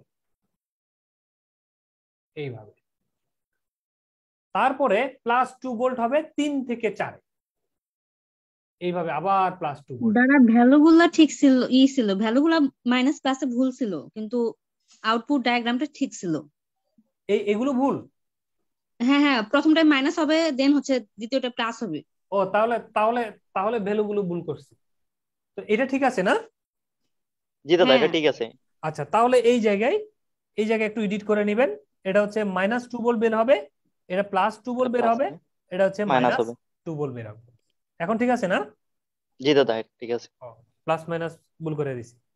আচ্ছা, তাহলে এই অবস্থায় হলে এই কার্ডটা ঠিক আছে। আপনারা তো কার্ভ আঁকতে জানেন, আপনারা তো এক্সপার্ট হয়ে গেছেন, তাই না? স্যার দ্বিতীয় সমীকরণটা যদি একটু দেখাইতেন, মানে কিভাবে 4 - 2000t আসলো আর একটু। এটা জি স্যার।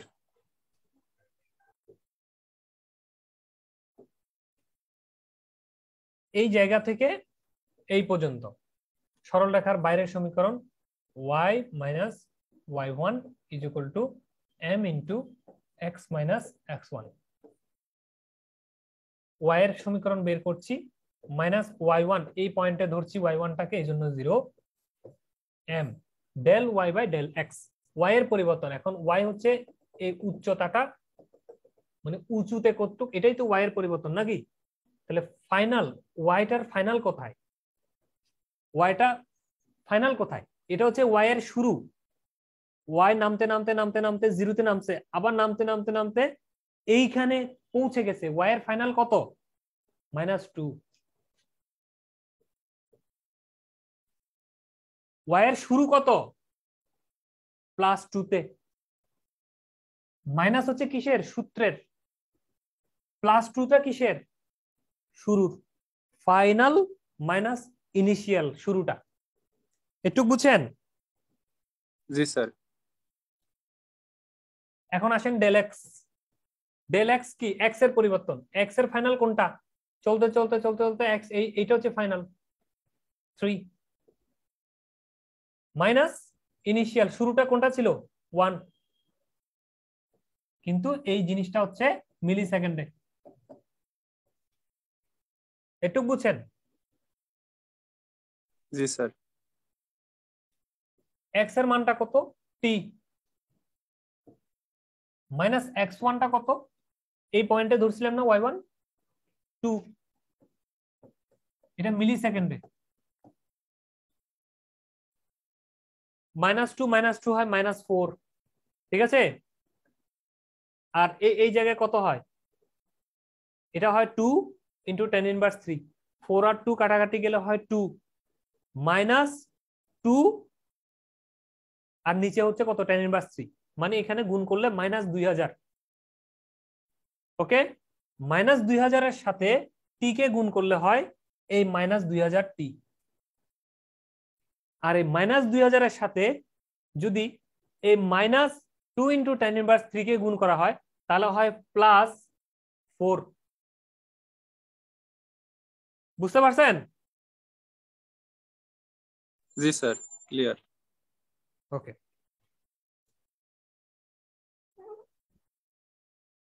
এখন আমরা তাহলে এইভাবে এটা এডিট করে নিব। কেমন?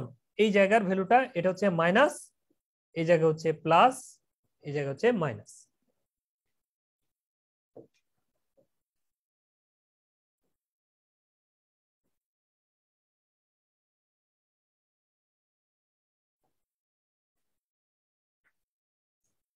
তিন নম্বর সমস্যা, if a sine wave of peak value 1 volt and frequency of 1 kilohertz is applied to the differentiator, then find and sketch the B output। এই অঙ্কগুলো কিন্তু আসতে পারে, এগুলো ছোট অঙ্ক, এগুলো পরীক্ষায় আসার মতো অঙ্ক। হ্যাঁ, এই ধরনের সাইনোসয়েডাল ওয়েভ থাকলে এই ধরনের ওয়েভ অ্যানালাইসিসটা সহজ, আর ঝামেলা হয় না। আমরা এই ধরনের একটা ডিফারেন্সিয়েটর সার্কিট থাকবে, সেখানে বলা হচ্ছে কি সাইনোসয়েডাল ওয়েভের পিক ভ্যালুটা হচ্ছে 1 ভোল্ট। মানে আমরা সাইন ওয়েভের সমীকরণ কি জানি? ভোল্টেজ ইনস্ট্যান্টেনিয়াস সমান সমান বিএম বা বিপি সাইন ওমেগা টি। এটাই তো সাইন ওয়েভের ভোল্টেজের সমীকরণ নাকি? এখন বিএম বা ম্যাক্সিমাম ভোল্টেজকে অনেক সময় কি নামে ডাকে? বি পিক ভোল্টেজ বা বিপি নামে ডাকে, বিপি সাইন ওমেগা টি, একই কথা। এটাই বলা হচ্ছে sinusoidal wave of peak value 1 volt. এই ভিপি এর মানটা হচ্ছে কত? 1 volt. And frequency of 1 kilohertz. এখানে ফ্রিকোয়েন্সি কোথায়? ফ্রিকোয়েন্সি আছে। এই ওমেগাকে যদি আমরা ভেঙে দেখি, ওমেগা সমান সমান 2πf। তার মানে এই ফ্রিকোয়েন্সিটাই ওইটা। এই ফ্রিকোয়েন্সির সাথে যদি 2π গুণ করি তাহলে এই ওমেগার ভ্যালুটাকে পাওয়া যাবে। বুঝতে পারছেন? ফাঁকি দেওয়ার কোনো সুযোগ নাই, সবগুলো সূত্র মাথায় রাখতে হবে। ওমেগা সমান সমান 2πf, এফ এর ভ্যালুটা দেয়া আছে। Is applied to the differentiator. তাহলে এই ধরনের একটা ডিফারেন্সিয়েটর সার্কিটের মধ্যে অ্যাপ্লাই করা হয়েছে। Then find and sketch the V output. V আউটপুটের মানটা কত বের করো এবং এটা এঁকে দেখাও। তাহলে আমরা প্রথমে সমীকরণ লিখছি, ইনপুট ভোল্টেজ বি ইনপুট সমান সমান vp sine omega t. That means sine, বিপির মান তো 1, লেখার দরকার নাই। সাইন ওমেগার মানটা কত? 2π × f, f মানে 1000, 1 কিলো হার্টজ মানে কত? 1000 হার্টজ। এই জন্য 2π × 10³ মানে 1000, টিটা টি রয়ে গেল। এটা আমরা যদি গুণ করি বি আউটপুট, এইটা হচ্ছে বি ইনপুটের সমীকরণ হয়ে গেল। এই বি ইনপুটের সমীকরণটাকে এবার আমরা একটা ডিফারেন্সিয়েটর সার্কিটে যদি বসিয়ে দিই, কি হবে? বি আউটপুট সমান -RC d/dt × বি ইনপুট। তাহলে বি ইনপুটের জায়গায় কে বসলো? এই জিনিসটা বসলো, sine 2 pi into 10 cube into t minus RC. আরসির মানটা কত?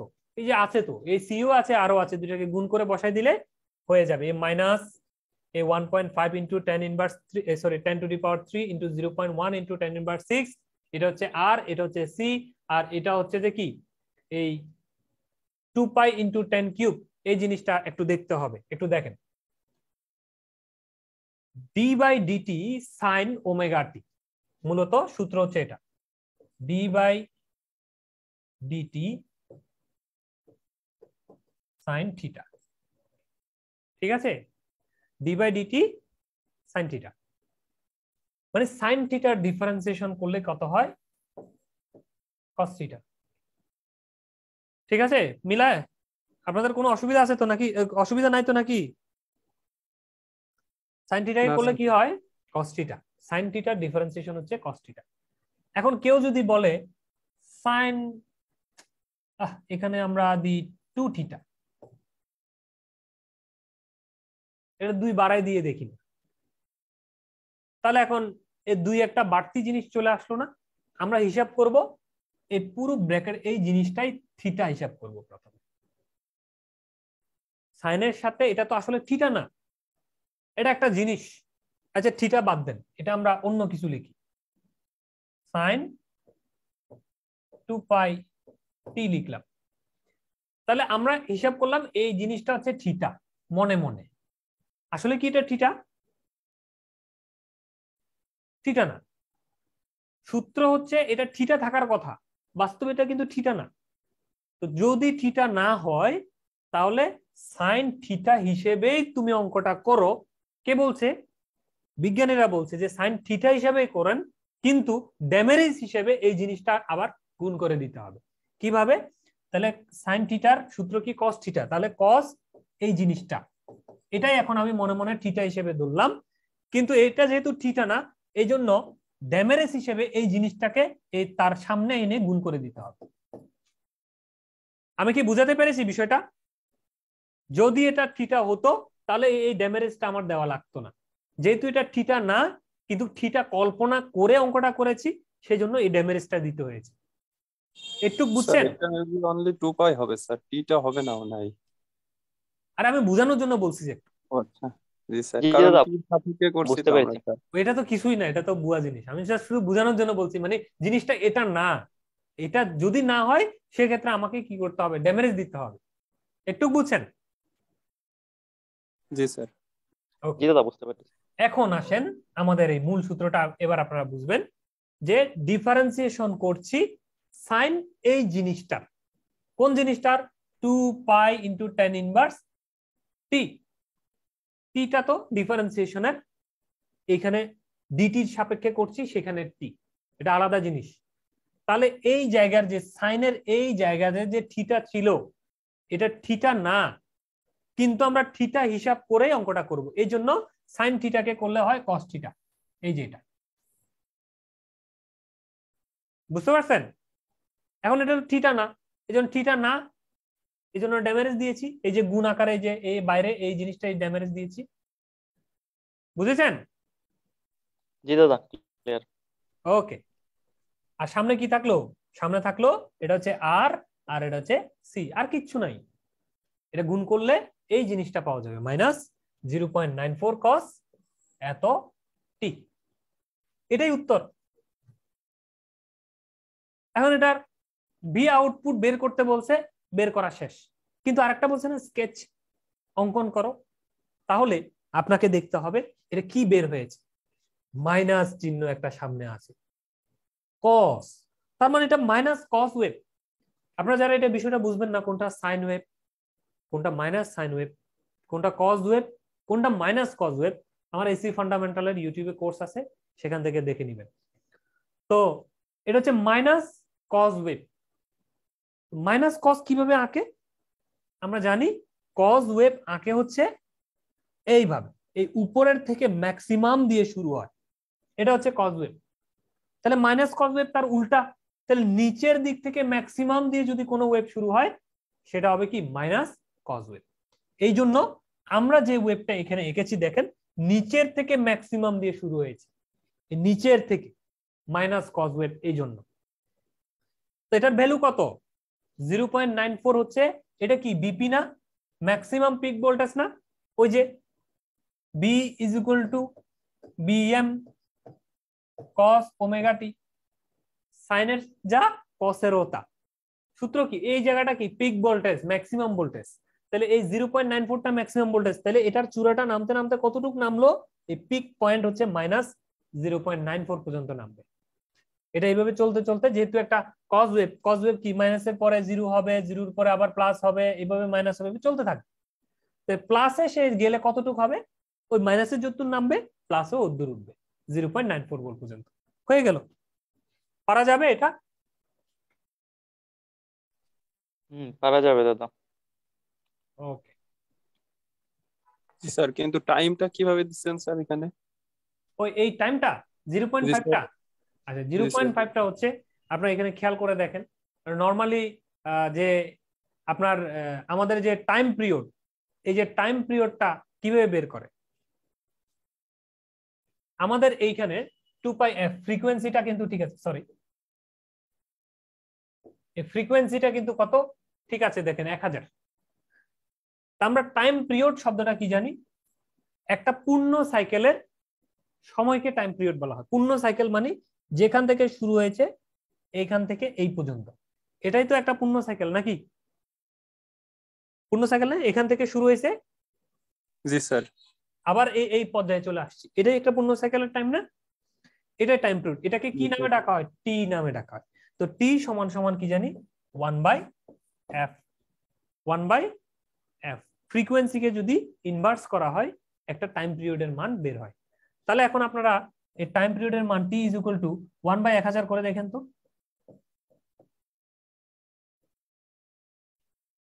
1 কিলো হার্টজ মানে কত? 1000 হার্টজ, তাই না? 1/1000 করলে কত হয়? কত হয়? 0.001 0.001 second. Second, not millisecond. যখন আপনি একে সেকেন্ড থেকে মিলি সেকেন্ডে কনভার্ট করবেন, দেখেন এটা কিসে? মিলি সেকেন্ডে। 1 মিলি সেকেন্ডে মিলিসেকেন্ড। কনভার্ট করলে কত হয়?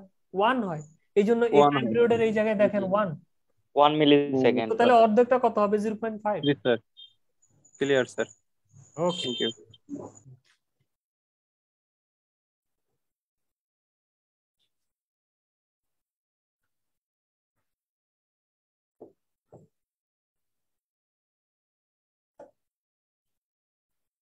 চার number, an op-amp differentiator has R equal to 100 kilo ohms and C equal to 0.1 microfarad. Resistance এবং ক্যাপাসিটেন্সের মান দেয়া আছে, কোনো ধরনের চিত্র নাই। একটা অপেমের ডিফারেন্সিয়েটর শব্দটা উচ্চারণ করলেই আপনারা ধরে নেবেন শুরুতে একটা কি আছে? ক্যাপাসিটর আছে। For an RAM input voltage Vi is equal to 3t volt, determine the output voltage. RAM input, এখন RAM ইনপুটটা কি? RAM শো, বিভিন্ন শো দেখা যায়, কিন্তু RAM ইনপুটটা কি? আপনারা RAM সিগন্যাল দেখেছেন,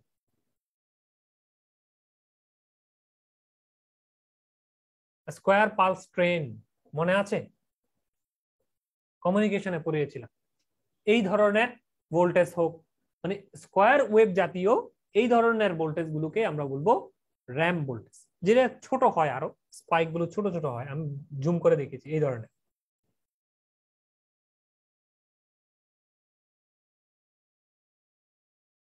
ঠিক আছে, কিরে আঁকলাম চলে গেল, যাই হোক দেখাতে চাচ্ছেন আপনাদেরকে, ডিসপ্লেও নিজে নিজে চলে যাচ্ছে। এই ধরনের র্যাম ভোল্টেজ, ওটা যাই হোক না কেন, ওটা সমীকরণ দিয়ে দিয়েছে কত? 3t। এই র্যাম ভোল্টেজের সমীকরণ 3t। তার মানে তারা আগে থেকে বের টের করে দিয়ে দিয়েছে, আমার তো আর টেনশন নাই। যেটা আমাকে এত কাহিনী করে সমীকরণ বের করতে হইতো, সেই জিনিসটা 3t ভোল্ট বলে দিয়েছে, তাহলে তো ভালোই হলো। Determine the output voltage, V output সমান কত? তাহলে এখন আপনি যদি আউটপুট ভোল্টেজের সমীকরণে বসিয়ে দেন, বি আউটপুট সমান minus RC divide dt into V input. V input মানে 3t, ঠিক আছে, ডিভাইড ডিটি, এই যে 3t। আর ইনপুটটা RC এর মানটা কত? আর এর মানও আছে, সি এর মানও আছে, বসিয়ে দিবেন, শেষ। 3t করলে কত হয়? 3 হয়। এই যে 3 দ্বারা যদি এই জিনিসটাকে গুণ করেন, -30 × 10⁻³ ভোল্ট মানে -30 মিলি ভোল্ট আসবে, শেষ হয়ে গেল। এটা সবচেয়ে সহজ অঙ্ক, ঠিক আছে, পরীক্ষায় এই ধরনের আসতে পারে, এই জন্য একটা সহজ দেখালাম যেন আপনারা এই সোজা জিনিস আসলে আবার যেন গুলিয়ে না ফেলেন আর। বুঝতে পারছেন এই পর্যন্ত? জি স্যার। এখন আসলাম আমরা হচ্ছে ইন্টিগ্রেটর সার্কিটে। কিভাবে বুঝলাম ইন্টিগ্রেটর? ফিডব্যাক রেজিস্টরের পরিবর্তে এখানে আছে ফিডব্যাক ক্যাপাসিটর, ঠিক আছে। তো এখন এই সার্কিটে কি বলা আছে, for a 10 volt peak to peak, pp মানে কি, পিক টু পিক, এই যে নিচের এটা এবং উপরের এটার এই পার্থক্যকে বলা হয় পিক টু পিক, মানে এই পিক পয়েন্ট থেকে এই পিক পয়েন্ট পর্যন্ত, এই নিচের উঁচু থেকে উপরের উঁচু, এই টোটাল পার্থক্যটাকে বলা হয় পিক টু পিক। তাহলে এই 10 ভোল্টটা কত, এই পিক টু পিক ভোল্টেজটা হচ্ছে 10 ভোল্ট। তার মানে অর্ধেক থেকে যদি হিসাব করি, উপরে 5 ভোল্ট, নিচে 5 ভোল্ট। এটা হচ্ছে ইনপুট ওয়েভ শেপটা। কেমন?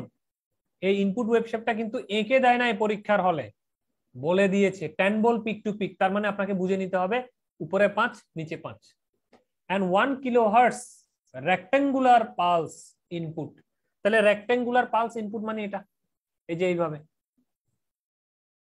এটা একটা রেক্টেঙ্গেল শেপ না, স্কোয়ার ওয়েভের মতো হয়ে গেছে যদিও, কোনো অসুবিধা নাই, রেক্টেঙ্গেল শেপ। তাহলে রেক্টেঙ্গুলার পালস ইনপুট 1 কিলোহার্টজ। তাহলে 1 কিলোহার্টজ, এবার ওই যে কিছুক্ষণ আগে যে দেখিয়েছি, তাহলে এই টাইম পিরিয়ডের মানটা কত হবে, এই টাইম পিরিয়ড টি এর মানটা হবে 1 মিলি সেকেন্ড।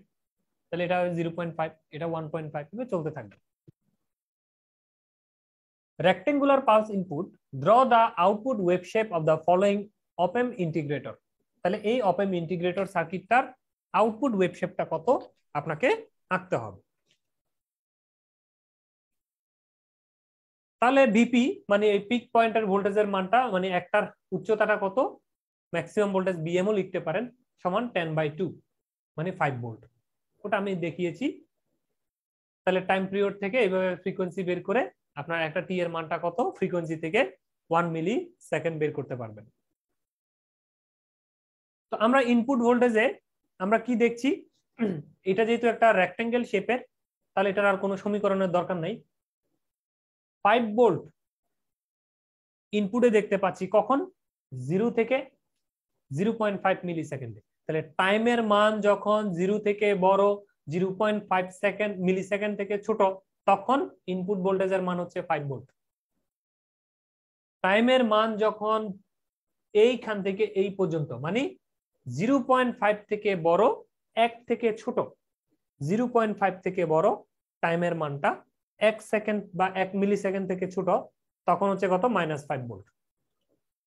এই দুইটা কন্ডিশন আমরা যেহেতু পেয়ে গেছি ইনপুট ভোল্টেজের, এটাকেই আমরা ইন্টিগ্রেটরের সূত্রে বসিয়ে দিব। তাহলে ইন্টিগ্রেটর সার্কিটের সূত্র কি? ইন্টিগ্রেটরের সূত্র হচ্ছে বি আউটপুট সমান সমান -1/RC integration of 0 to t bi dt।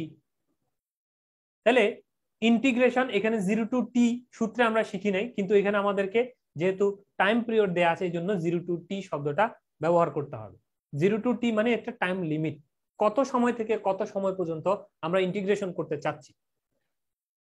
তো এইখানে আমরা যদি মানটা বসাই -1/RC, RC-র মান তো আছে আমাদের কাছে, 0 থেকে 0.5, প্রথমে এইটা 0 থেকে 0.5 এই সময়ের মধ্যে আমরা জানতে চাচ্ছি। 0 থেকে 0.5 মিলি সেকেন্ডটাকে সেকেন্ডে কনভার্ট করলে হয় 10⁻3। বি ইনপুটের মানটা তখন কত, 5 ভোল্ট, এই যে 5 dt is equal two integration 5 dt। কোনো একটা যদি মানকে, অর্থাৎ কোনো একটা ধ্রুবক মানকে যদি ইন্টিগ্রেশন করা হয়, ইন্টিগ্রেশনের সাথে আউটপুটে কি বের হয়, ইন্টিগ্রেশনের আউটপুটে একটা টি সংযুক্ত হয়। তো আমরা যাই হোক এখান থেকে ইন্টিগ্রেশন করে যদি আউটপুটটা বের করি, সেখানে পাবো -2.5 ভোল্ট, ঠিক আছে। আর এখানে যে আরসি থাকে, এই আরসিটা যে ভ্যালুটা আমরা এখানে গুণ করে দিব, সরি ভাগ করে দিব 1 আকারে, এখান থেকে পাবো কত, -2.5 volt at t is equal to কত, 0.5 সেকেন্ড। এখন t is equal to 1 millisecond, মানে এই টাইমের মধ্যে 0 থেকে 1 এর মধ্যে যদি হয়, খুব গুরুত্বপূর্ণ এটা দেখবেন, প্রথম বি আউটপুটে ইন্টিগ্রেশন করে আপনারা পেয়েছেন কত? -2.5 ভোল্ট। এখন দ্বিতীয় এইখান থেকে এইখানে করছেন, তাহলে সূত্র কি? মাইনাস, এটা ভুলে যান, এই জিনিসটা কি ভুলে যান, -1/RC ইন্টিগ্রেশন একটা টাইম থেকে অপর টাইম কত? 0.5 মিলিসেকেন্ড থেকে 1 মিলিসেকেন্ড পর্যন্ত, এই জন্য 0.5 × 10⁻³ থেকে 1 মিলিসেকেন্ড, তাহলে 1 × 10⁻³ পর্যন্ত। ভিতরের ইনপুটে কি থাকবে? বিআই, তখন কত? -5, এই যে -5 ডিটি। এখন আমি এই সূত্রের সাথে একটা প্লাস সি, একটা কনস্ট্যান্ট লাগিয়ে দিয়েছিলাম না? এই সেই প্লাস সিটাই হচ্ছে এই জিনিসটা। এখন এই প্লাস সিটা মাইনাস আকারে বসছে কেন? কারণ মানটা তো ছিল এই যে -2.5, মানে আমরা এইখান থেকে এখানে হিসাব করছি ঠিক আছে, কিন্তু 0 থেকে যে মানটা ইন্টিগ্রেশন করার পরে যে মানটা ছিল সেই মানটা এখানে কনস্ট্যান্ট আকারে প্লাস সি আকারে যোগ করে দিতে হবে। এই জিনিসটাই তখন বলেছিলাম। এই জন্যই এই যে দেখুন প্লাস সি এর ভ্যালু, এখন সির মানটা কত? -2.5, এই জন্য প্লাসে মাইনাসে মাইনাসে রয়ে যাচ্ছে 2.5। এইখান থেকে যদি আমরা ইন্টিগ্রেশন করি, এই আরসির মানটান বসাই, তাহলে যে জিনিসটা পাবো, আউটপুটের মান পাবো হচ্ছে 0। তাহলে এটাকে নিয়ে আমরা যদি এই ধরনের ওয়েভ শেপ যদি অঙ্কন করি, +5 যখন ছিল তখন আউটপুট হচ্ছে -2.5, এই যে এই পর্যন্ত, কেমন? তাহলে এইখান থেকে এই পয়েন্টটা আগে দিব না, এটা হিসাব করব। 0.5, 0 থেকে যখন 0.5 ছিল তখন এই পয়েন্টের পিক ছিল -2.5। আবার যখন আউটপুটের মান 1 মিলিসেকেন্ড ছিল, এই যে যখন 1 ছিল তখন হচ্ছে 0, 1 এর সময় হচ্ছে 0। তাহলে এখন আমরা যদি এটাকে সমীকরণটাকে মিলাতে চাই, 0 থেকে 2.5, 2.5 থেকে 0, এইভাবে মিলে যাবে। এর পরেরটা কি হবে? সেম হবে, এইভাবে এইভাবে। বুঝা গেছে এটা? বাট স্যার, মানে নেক্সট যে ভি আউটপুটের মান, ওই পরের টুকু তো স্যার 0 আমাদের, তো এখানে আবার কেন আসতেছে আউটপুটে? বি আউটপুটের মান 0 না? জি স্যার, কিন্তু এইখানে তো আউটপুট দেখাচ্ছে তো 0, তো এই যে 0 ভোল্ট, এই যে 0, এটা কি ভোল্টেজ 0 না? তো এই পয়েন্টে ভোল্টেজটা কত? 1। যখন 1 ছিল এট 1 মিলিসেকেন্ড, তখন আমরা পিক ভ্যালুটা, বিআই এর পিক ভ্যালুটা বসালে আউটপুট কত পাই? 1 মিলিসেকেন্ডে আউটপুট ভোল্টেজ পাই 0। এইখানে একটা পয়েন্ট দিয়ে নিব, যখন আমার হচ্ছে যে,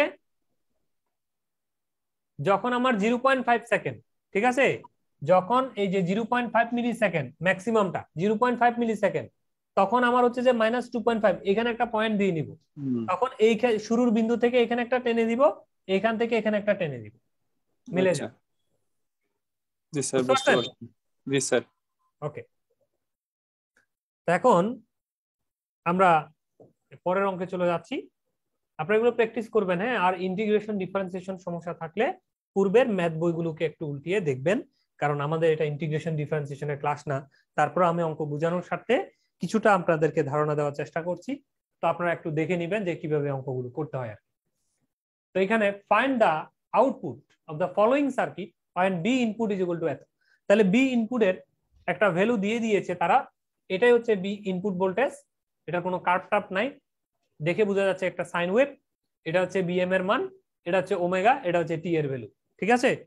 আর এই ধরনের একটা সার্কিট দেখে, ফলোইং সার্কিট মানে এটা একটা ইন্টিগ্রেটর সার্কিট, কারণ ফিডব্যাকে ক্যাপাসিটর ব্যবহার করা হয়েছে।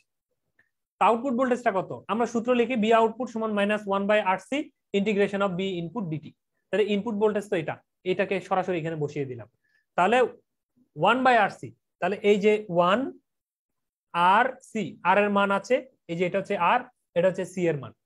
এখন 10 এটা কোত্থেকে আসলো? অপেক্ষা করেন, বুঝতে পারবেন 10টাকে। এই ইন্টিগ্রেশন সাইন, এই বি ইনপুটের মানটা কত? 10 সাইন। এই যে 10 সাইনের যে 10টা আছে, এই ধ্রুবক মানটাকে বাইরে বের করে নিব। এই 10টাই হচ্ছে এটা। শুধু থাকলো কে? সাইন 2π × 10⁻³ আর সাথে ইন্টিগ্রেশনের জন্য একটা ডিটি। আর এই পুরো জিনিসটা কিসে আছে? মিলি ভোল্টে আছে, এই জন্য এখানে চাইলে মিলি ভোল্ট লিখতে পারে, না চাইলে লাস্টে লেখা যায়। এখন এটা তো ঠিক থাকলো, এটাকে ইন্টিগ্রেশন যদি করি, সাইনকে যদি ইন্টিগ্রেশন করলে কি হবে, কস হবে, তাই না? ইন্টিগ্রেশন সাইন সমান সমান কস, তাহলে আমরা এটা কস লিখলাম, কিন্তু এটা তো থিটা না, তো থিটা না, এই জন্য ডেমেরিস হিসেবে কি হবে, ডিফারেন্সিয়েশনে গুণ হবে, আর ইন্টিগ্রেশনের ক্ষেত্রে ডেমেরিস হিসেবে ভাগ হবে। এই জন্য এই জিনিসটাকে ইন্টিগ্রেশন করলে, এই জিনিসটাকে ইন্টিগ্রেশন করলে সাইনটাকে কস করব আমরা, সাইনকে ইন্টিগ্রেশন করলে হবে কস, লিখলাম কস এই জিনিসটা, কিন্তু এটা তো থিটা না, এই জন্য জরিমানা হিসাবে ডিফারেন্সিয়েশনে কি করেছি, গুণ করেছি, জরিমানা হিসেবে গুণ করেছি, আর ইন্টিগ্রেশনে কি করব, ভাগ করব। তাহলে এই জিনিসটার নিচে এই জিনিসটা ভাগ করে দিব, যেটা বাড়তি লিখেছি সেটাকে, তাহলে বাড়তি যেটাকে লিখেছি এই যে এটাকে ভাগ করে দিলাম, এই যে এটা, এই জিনিসটা কিন্তু এই যে এটার নিচে ভাগ আর এটার নিচে ভাগ একই কথা, এই জন্য এটার নিচে ভাগ করে দিলাম।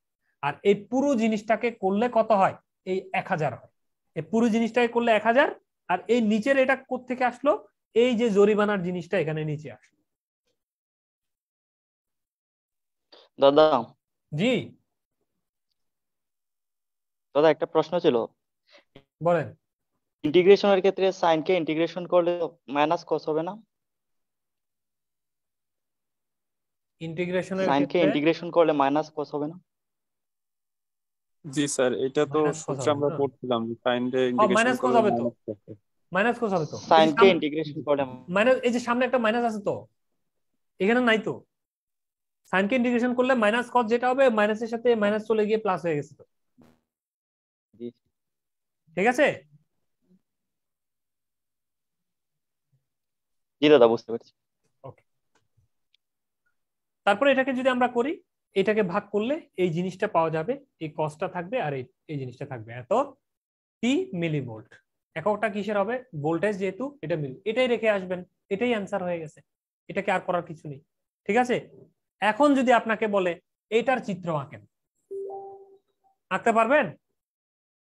এটা চিত্র আঁকা যাবে? জি দাদা যাবে। এটা একটা কি cos wave, plus cos wave, তাহলে একটা প্লাস কজ ওয়েভের চিত্র আঁকবেন এইভাবে, এই উপর থেকে শুরু হবে এইভাবে, হয়ে গেল এটা একটা প্লাস কজ ওয়েভ। এখন শুধু টাইম পিরিয়ডের মানটা দেয়া বাকি, আর উচ্চতা কত, 0.15, তাহলে এই উচ্চতার মান হবে 0.159, আর এই নিচের দিকের এই উচ্চতার মান হবে -0.159, তাহলে উচ্চতা শেষ। এখন বাকি কি, টাইম পিরিয়ড, এই টাইম পিরিয়ড গুলো কত দিবেন, 2π tan ইনভার্স 3t, তাহলে ওমেগার মান কত, 2π f, তাহলে 2πটা গেল, f মানে হচ্ছে কত, tan ইনভার্স 10⁻3, তাহলে ফ্রিকোয়েন্সি যদি 1000 হয় 1 মিলিসেকেন্ড হবে, তাহলে 1 মিলিসেকেন্ড হবে। টাইম পিরিয়ডের মানটা এখান থেকে এই পর্যন্ত কিন্তু 1 মিলিসেকেন্ড, এই পর্যন্ত, তাহলে এই পর্যন্ত যদি 1 হয়, তাহলে এখানে কত, এখানে কত, এই জায়গায় হবে হচ্ছে 0.5, এই জায়গায় হবে 0.25, এই জায়গায় হবে 0.75। বুঝতে পারছি আমি বিষয়টা? জি দাদা বুঝতে পেরেছি। জি স্যার। আর এইখানে লিখতে হবে টি, এটা লিখতে হবে মিলিসেকেন্ডে। আর উপরে মিলিভোল্ট হবে না দাদা? হ্যাঁ উপরে মিলিভোল্ট, না, উপরে হ্যাঁ মিলিভোল্ট, মিলিভোল্ট, নিচেও millivolt.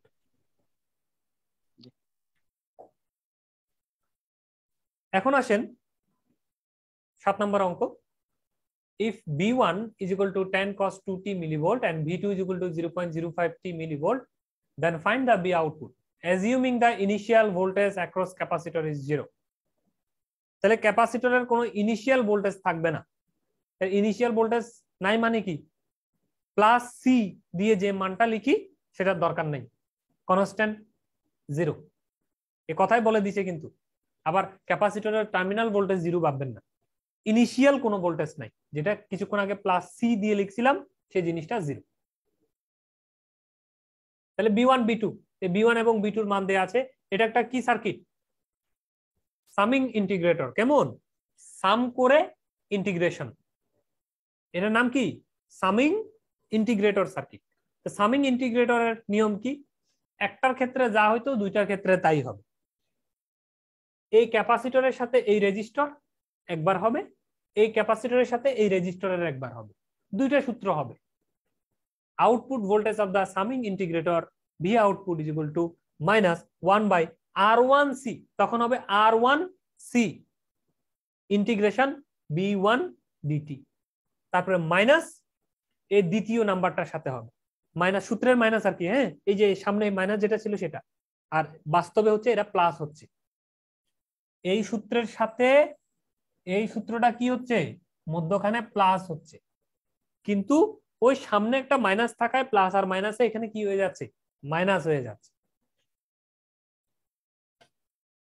Minus R2C integration of B2 DT।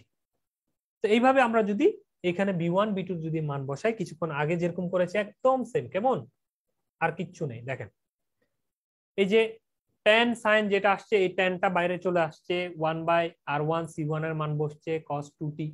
এখন আমরা যদি cos t dt থাকতো তাহলে ঠিক ছিল, কিন্তু এই 2 জিনিসটা চলে আসছে, বেশি আসছে না, যেটা বেশি আসছে জরিমানা হিসেবে এই দেখেন ভাগ করে দিলাম, তাহলে sin 2t। এখন cos কে ইন্টিগ্রেশন করলে কি হয়, sin হয়, প্লাসের হয়, কোনো মাইনাস বের হয় না, এই জন্য সামনে এই যে মাইনাসটা আছে মাইনাসটাই রয়ে গেছে, ঠিক আছে, এতটি।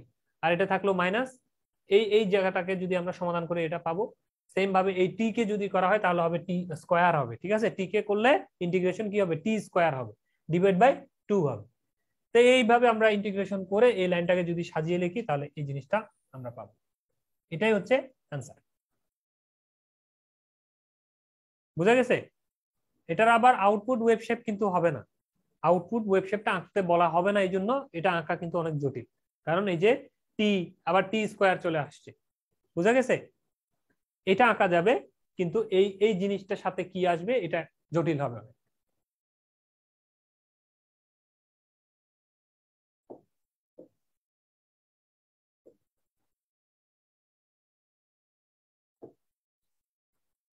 Calculate the value of B output at the t is equal to 1.5 millisecond. এখানে একটা এখানে একটা, দুইটা যদি ইন্টিগ্রেটর এইভাবে যদি পাশাপাশি লাগানো থাকে, তখন টাইম যদি 1.5 মিলিসেকেন্ড দেয়া থাকে, বি আউটপুটের মানটা কত হবে বের করতে হবে। বি আউটপুট ওই লাস্টে, এটা হচ্ছে 1 ভোল্ট, ঝাপসা উঠছে না, এটা হচ্ছে 1 ভোল্ট, উপরে প্লাস নিচে মাইনাস। তো নরমালি এটাকে আমরা যদি ইন্টিগ্রেটরের সূত্রে দেখি, বি ইনপুটের মান যদি 1 ভোল্ট হয়, তাহলে এই পয়েন্টের যে ভোল্টেজ সেটার নাম দিলাম B1। তাহলে B1 মান কিভাবে বের করব, ইন্টিগ্রেটরের সূত্রে -1/RC, এই হচ্ছে R এর মান, এই হচ্ছে C এর মান, এই যে R, এই হচ্ছে C,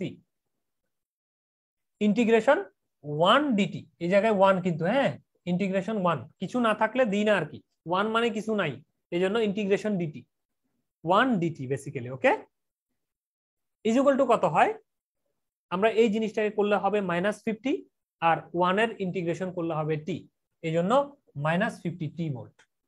কিসের ক্ষেত্রে, এই B1 এর মানটা। তো B1 এর মানটা যদি আপনি জানেন, এবার B1 এর মানটা এই অপেমের জন্য ইনপুট না, তাহলে ইনপুট ভোল্টেজ এই অপেমের জন্য কত, -50t।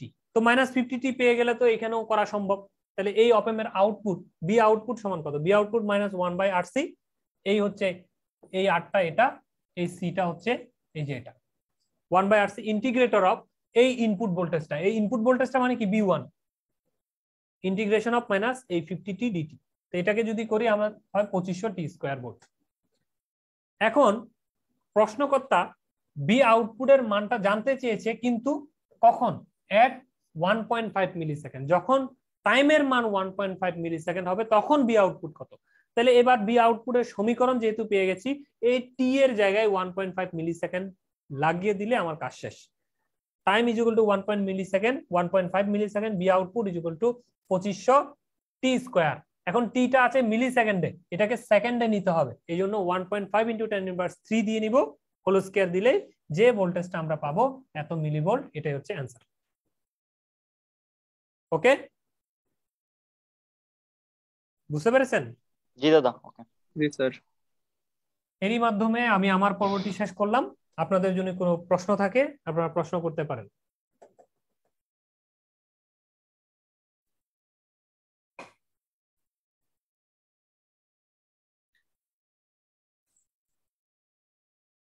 আশা রাখি আপনি আজকে আর কারোর মনে হয় প্রশ্ন নাই। ভাষায় মনে হয় একটু প্র্যাকটিস করতে হবে, তারপর প্রশ্ন তৈরি হবে। হ্যাঁ, অথবা অনেকে আগে থেকেই পারেন। দাদা একটা অন্য দাদা বিষয়, একটা কোশ্চেন। হ্যাঁ, জি আপনার ইউটিউবে যে ইয়েগুলা যেমন ডিসি সার্কিট পাওয়ারের বিভিন্ন লেকচার গুলো আপনি আপলোড করছেন, তাই না? জি তো এটা তো আছে এখন কোনো কারণবশত এটাকে ভবিষ্যতে ডিলিট করে দিতে পারেন? হ্যাঁ পারি।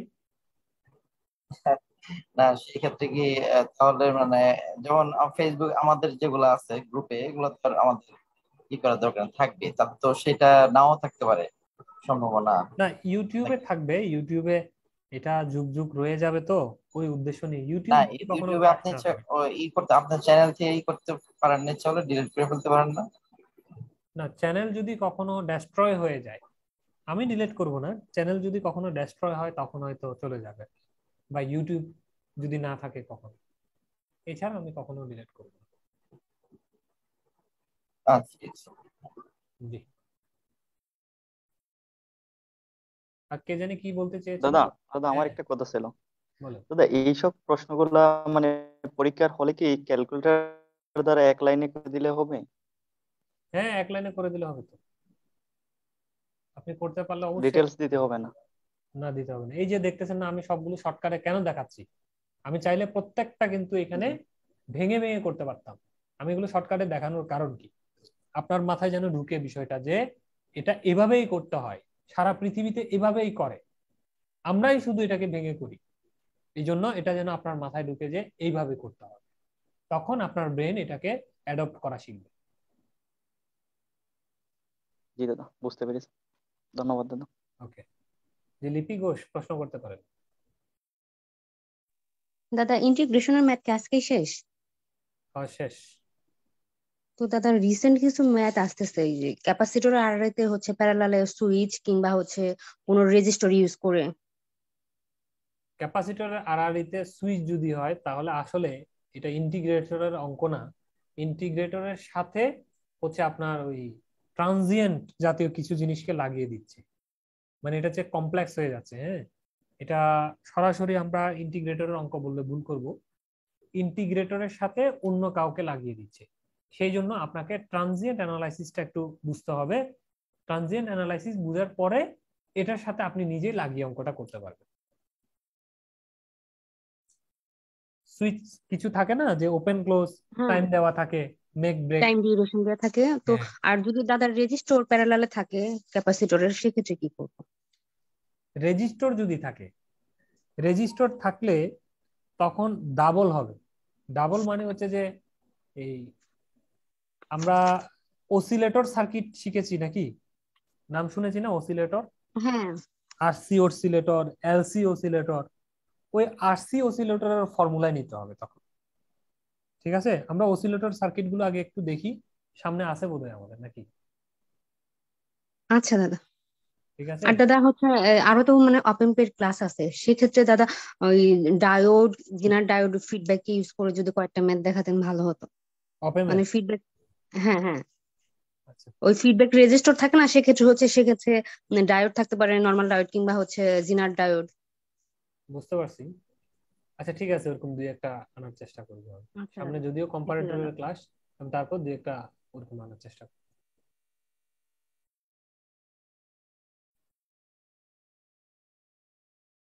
ঠিক আছে, তাহলে আমরা আজকে এখানেই সমাপ্ত ঘোষণা করছি।